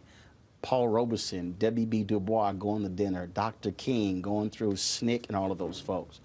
And so when you think back on that, do you even tell yourself, man, those were amazing times? I really didn't get into the fact, oh, well, I knew there were amazing times as I was living out the history. You can't have over 250,000 people show up on the Mall of Washington, D.C. and don't know that something's going on. Right, right. So things like that, which were outstanding, obviously stood out. And I was aware of the fact that I was with men like Dr. King and John Kennedy and Nelson Mandela and women like Eleanor Roosevelt and Rosa Parks, who had their hands on the pulse of our time. And that to be in their service meant that I was doing something that had historical value. It is in that spirit that I was able to sustain and maintain a life of social commitment that satisfied the earliest instructions that I got from my mother, which was never go to bed at night knowing that there was something you could do to stop injustice and didn't commit yourself to it. She said, all right, folks, welcome back to the 95th birthday celebration of Harry Belafonte. Joining me right now is someone who is sat at the feet of Mr. B and listen to him, study him, Justice Smollett. Just how you doing, man? All good. Talk about tonight, 95 years of this great man. Oh, my goodness. We've been so blessed to have him all this time. What a blessing. This is a king, you know, for this nation, for this world, somebody that really has given his all. I always say that he's found a way to keep his voice as an activist without losing his voice as an artist, and vice versa. And that's not always an easy thing to do, but he's found a way to do it, and he's inspired like generation after generation after generation, you know, to continue in his footsteps. He also challenges artists. Yes, he does. He is not one to be shy. You can't be down with Mr. Belafonte if you're not willing to do something. You know, it's just the way that he is. It's the way the whole family is, you know, and I'm here with Gina and just the entire family, and just really, really genuine, good people who are maybe in Hollywood, but Hollywood's not in them, you know, so just he knows what's important, and he's instilled that in his legacy that will continue to carry on. And I think what's the most important is that his legacy is not just singing, it's not just acting, but really putting it on the line that frankly has been deemed by many people to be far more important than the artist piece. It's the activist piece. Sure. I mean, but that's the piece of humanity that's the most important. I mean, sure, it's important what you do, you know, as a career, as your art and everything like that. But he injected that into his art, and he injected, you know, life and humanity of social justice in the world, and just making the world a better place. He never shied away from that at times when many other people did, and he could have, and probably benefited from it a lot more, but he didn't, and that's a very bold man. Indeed, man. Always good to see you. Appreciate it. It's be a little warmer inside, so we'll get in there. So I'll see you inside. I appreciate it. Good seeing you. All right then, folks. Justice Smollett sharing his thoughts about Harry Belafonte.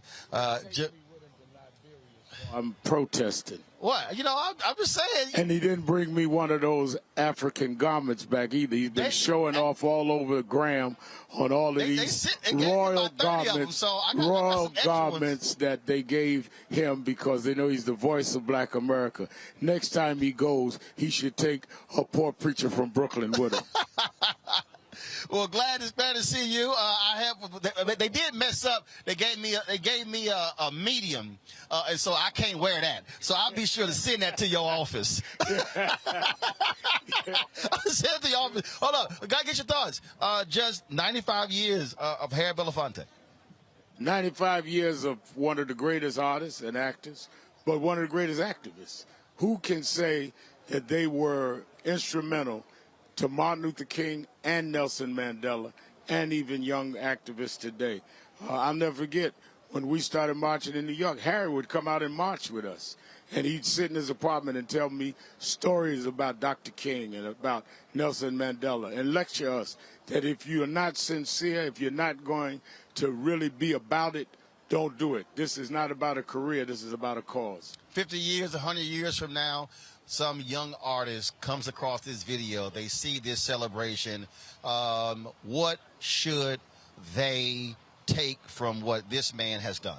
They should take that they should live about something bigger than their careers. They should use their artistry to also activate the social environment that they were able to rise up in. And Harry Belafonte did that for us like Paul Robeson did for him. He would always talk about his role model was Paul Robeson. I think young artists 50 years from now should use Harry Belafonte as their role model. I agree. We're looking forward to a great night. Reverend Yes, Chester, I appreciate it. I'm going to look for that medium. Yeah, don't worry about it. I'll send it to you because I can't wear it. I appreciate it. Thanks so much. Yes, it is. Folks, first of all, there are hecklers out here. Come on, step on up in here. There are hecklers out here. We're supposed to be going inside. Well, he act like he ain't worried about it. He coming here, jacket on. He ain't worried about the cold or nothing.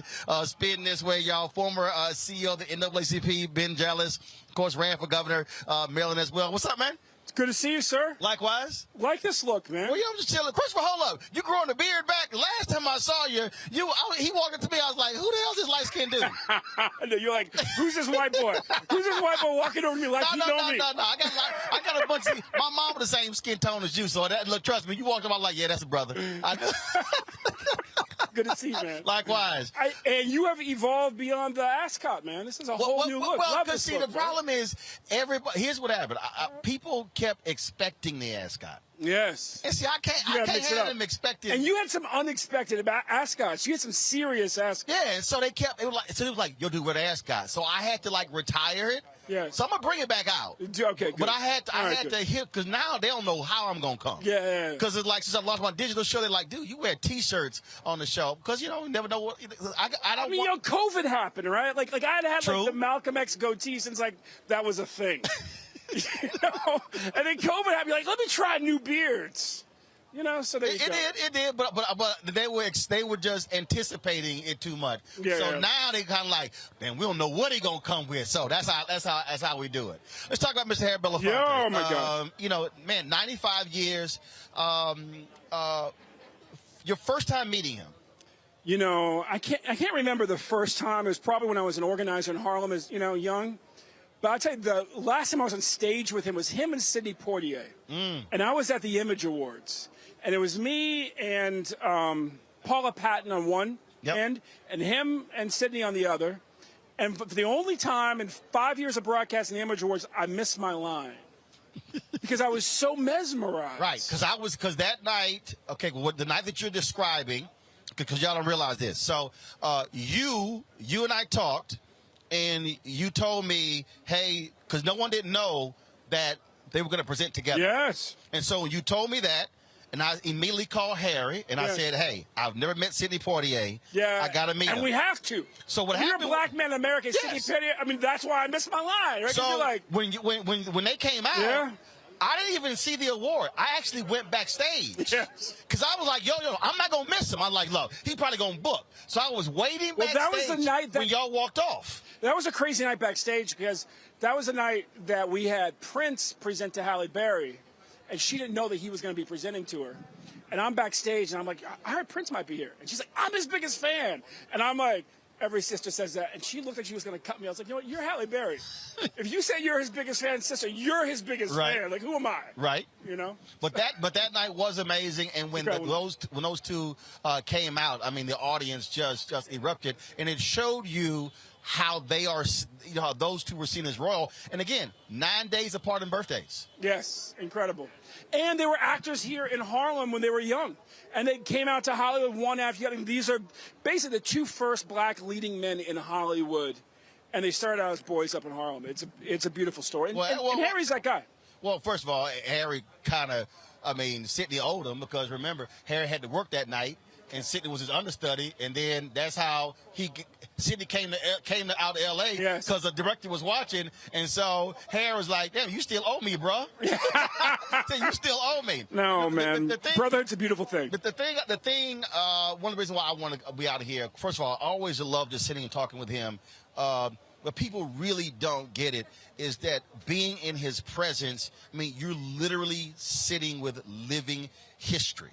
And yet he is so grounded. He's so real. He's so good. You know, I convinced Harry to endorse Bernie Sanders. And we're about to meet we're about to meet Bernie. And all of a sudden, Harry realizes, I'm about to endorse me for president. I haven't really had so much time with. He's like, what is he again? Is he like a socialist? He's a communist? I said, he's a democratic socialist. He goes, right, he's a wimp.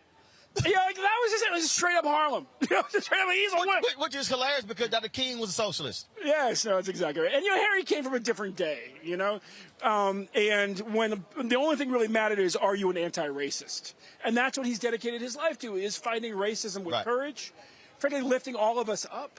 I mean, the beautiful thing about the leaders who come out of Harlem and gravitate towards Harlem is when you're young, like, they always have time for you. Right. I can remember when I was president, and you remember, because we had that walk when I became president. People were like, who is this? In Arizona. Yeah, and they're like, who is this Negro, right? And so I go to Maya Angelou's house, and she, like, and welcomes me into her kitchen, and she says, look, I'm getting old. I will do one thing for you. You just tell me what the one thing is. Well, I could never figure out the one thing that might shorten her life by a day, you know, so I never asked. Really? But Harry was the same way. Right. You know, and Harry had more vitality, so I asked a lot of Harry. But, you know, Harry was just, at the end of the day, he was a brother from Harlem. You know, yes, from Barbados, yes, from, you know, from the Bahamas, like the whole Caribbean, the heritage, not taking a thing away from that. He came of age of Harlem, and he understood, basically, if you were young and came up through Harlem like I did, like, he was going to make space for you. So I'm going to tell this story, and it's before we go, because we got to get inside. So I don't let nobody call me the N-word. Yes. I block people on social media. Sure. So we're at Reverend Sharpton's. I try to do it affectionately once. You're like, nope. Nope. We're at Reverend Sharpton's dinner. Yeah. Mr. B was being honored. Yes. And so we were shooting in, and I walk up to him, and I come on his right side, and he jumps, and he goes, nigga, when you taking me to lunch? Wear that as a badge of honor for the rest of your life. And I go, it's Harry Belafonte. I go, Harry Belafonte called me the N-word.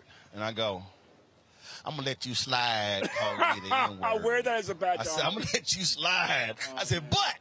I said, when you want to go? He said, anytime you want to. So literally, I said, fine. You tell me. I said, I will hop on the train. I will come down. He's that brother. And that's exactly what we did. He is royalty, and he is regular all the time in a came down for lunch. We met at Ruth Chris Steakhouse here in New York City. And the crazy thing is, I'm trying to sit there and listen to him and ask you questions. No, he wants to ask me questions. Yes, he's a lifelong learner. No. I want to know what you're thinking. What do you think about this? What do you think about that? I'm like, I'm trying to hear you. Yes, and he's watching and thinking all the time. Yep. Always good seeing you, man. Love you, man. I appreciate it. Love you. Got to get inside. Yeah. Thanks a bunch for closing us down for us. Folks, Ben Jealous, former CEO, NAACP. We're here celebrating 95 years of Harry Belafonte. Want to thank all of you for watching us, folks. Normally we're live 6 to 8. We came on 1 hour early. And so a fantastic day. So many other people are here. I got my iPhone. I'm going to be shooting some other stuff on the inside. I'm going to hope to have those moments for you on tomorrow's show. So please check it out. We're going to also have post coverage tomorrow of President Biden's State of the Union address, which will be taking place tonight. And so we look forward to that as well. And so what we're going to do is we're going to close this out with a little bit more of my interview. I did 2 interviews with Mr. B when I was at TV1. We'll close it out with that. And then again, I'll see you guys tomorrow back in the nation's capital from our Roland Martin Unfiltered Black Star Network studios. Don't forget to support us in what we do. Please, your dollars make it possible for us to do what we do. So support us via Cash App, $RM Unfiltered. Venmo is R Martin. RM Unfiltered. PayPal is R Martin Unfiltered. Zelle is rolling@rollinsmartin.com. You can also hit us up at P.O. Box 57196, Washington, D.C. 20037. And don't forget to download the Black Star Network app on all the available platforms as well. And so, folks, that is it for us here in New York City. We'll close this out with a little bit more of my conversation with the great Harry Belafonte. Y'all know how we do it. Holla! The slave has always been to the best interests of the slave owner. And I think that when a black voice is raised in protest to oppression, those who are comfortable with our oppression are the first to criticize us for daring to speak out against it. I think that it's a noble thing that he's done. I think that speaking out and making people aware of the fact that you are paying homage to an anthem that also has a constituency that by the millions suffer is a righteous thing to do. The fact that these people are having these, how dare you speak out against lynching and all of the things that that racism stands for, or the conclusions to racist acts permit, I think is a statement about America. I think he's a noble and a courageous man for having done that. Now, I say this with some history of my own. I was at the height of American success, hit records and movies and being rewarded by millions of people coming in attendance to the audiences that I played around the world. The machinery of oppression was always at work trying to discredit me, make me a communist, make me unpatriotic, et cetera, et cetera, et cetera. And it takes a lot of courage to stand up in the face of that onslaught, that reactive moment, and not bend to the wind. What I would love to see is I would love to see a few hundred other black athletes take that as a symbol. It doesn't affect the game. It doesn't affect the way it's going to be played. It just tells you a lot about what the people on the field are thinking in their every waking moment. A. Philip Randolph once said, if you are comfortable with my oppression, then you are my oppressor.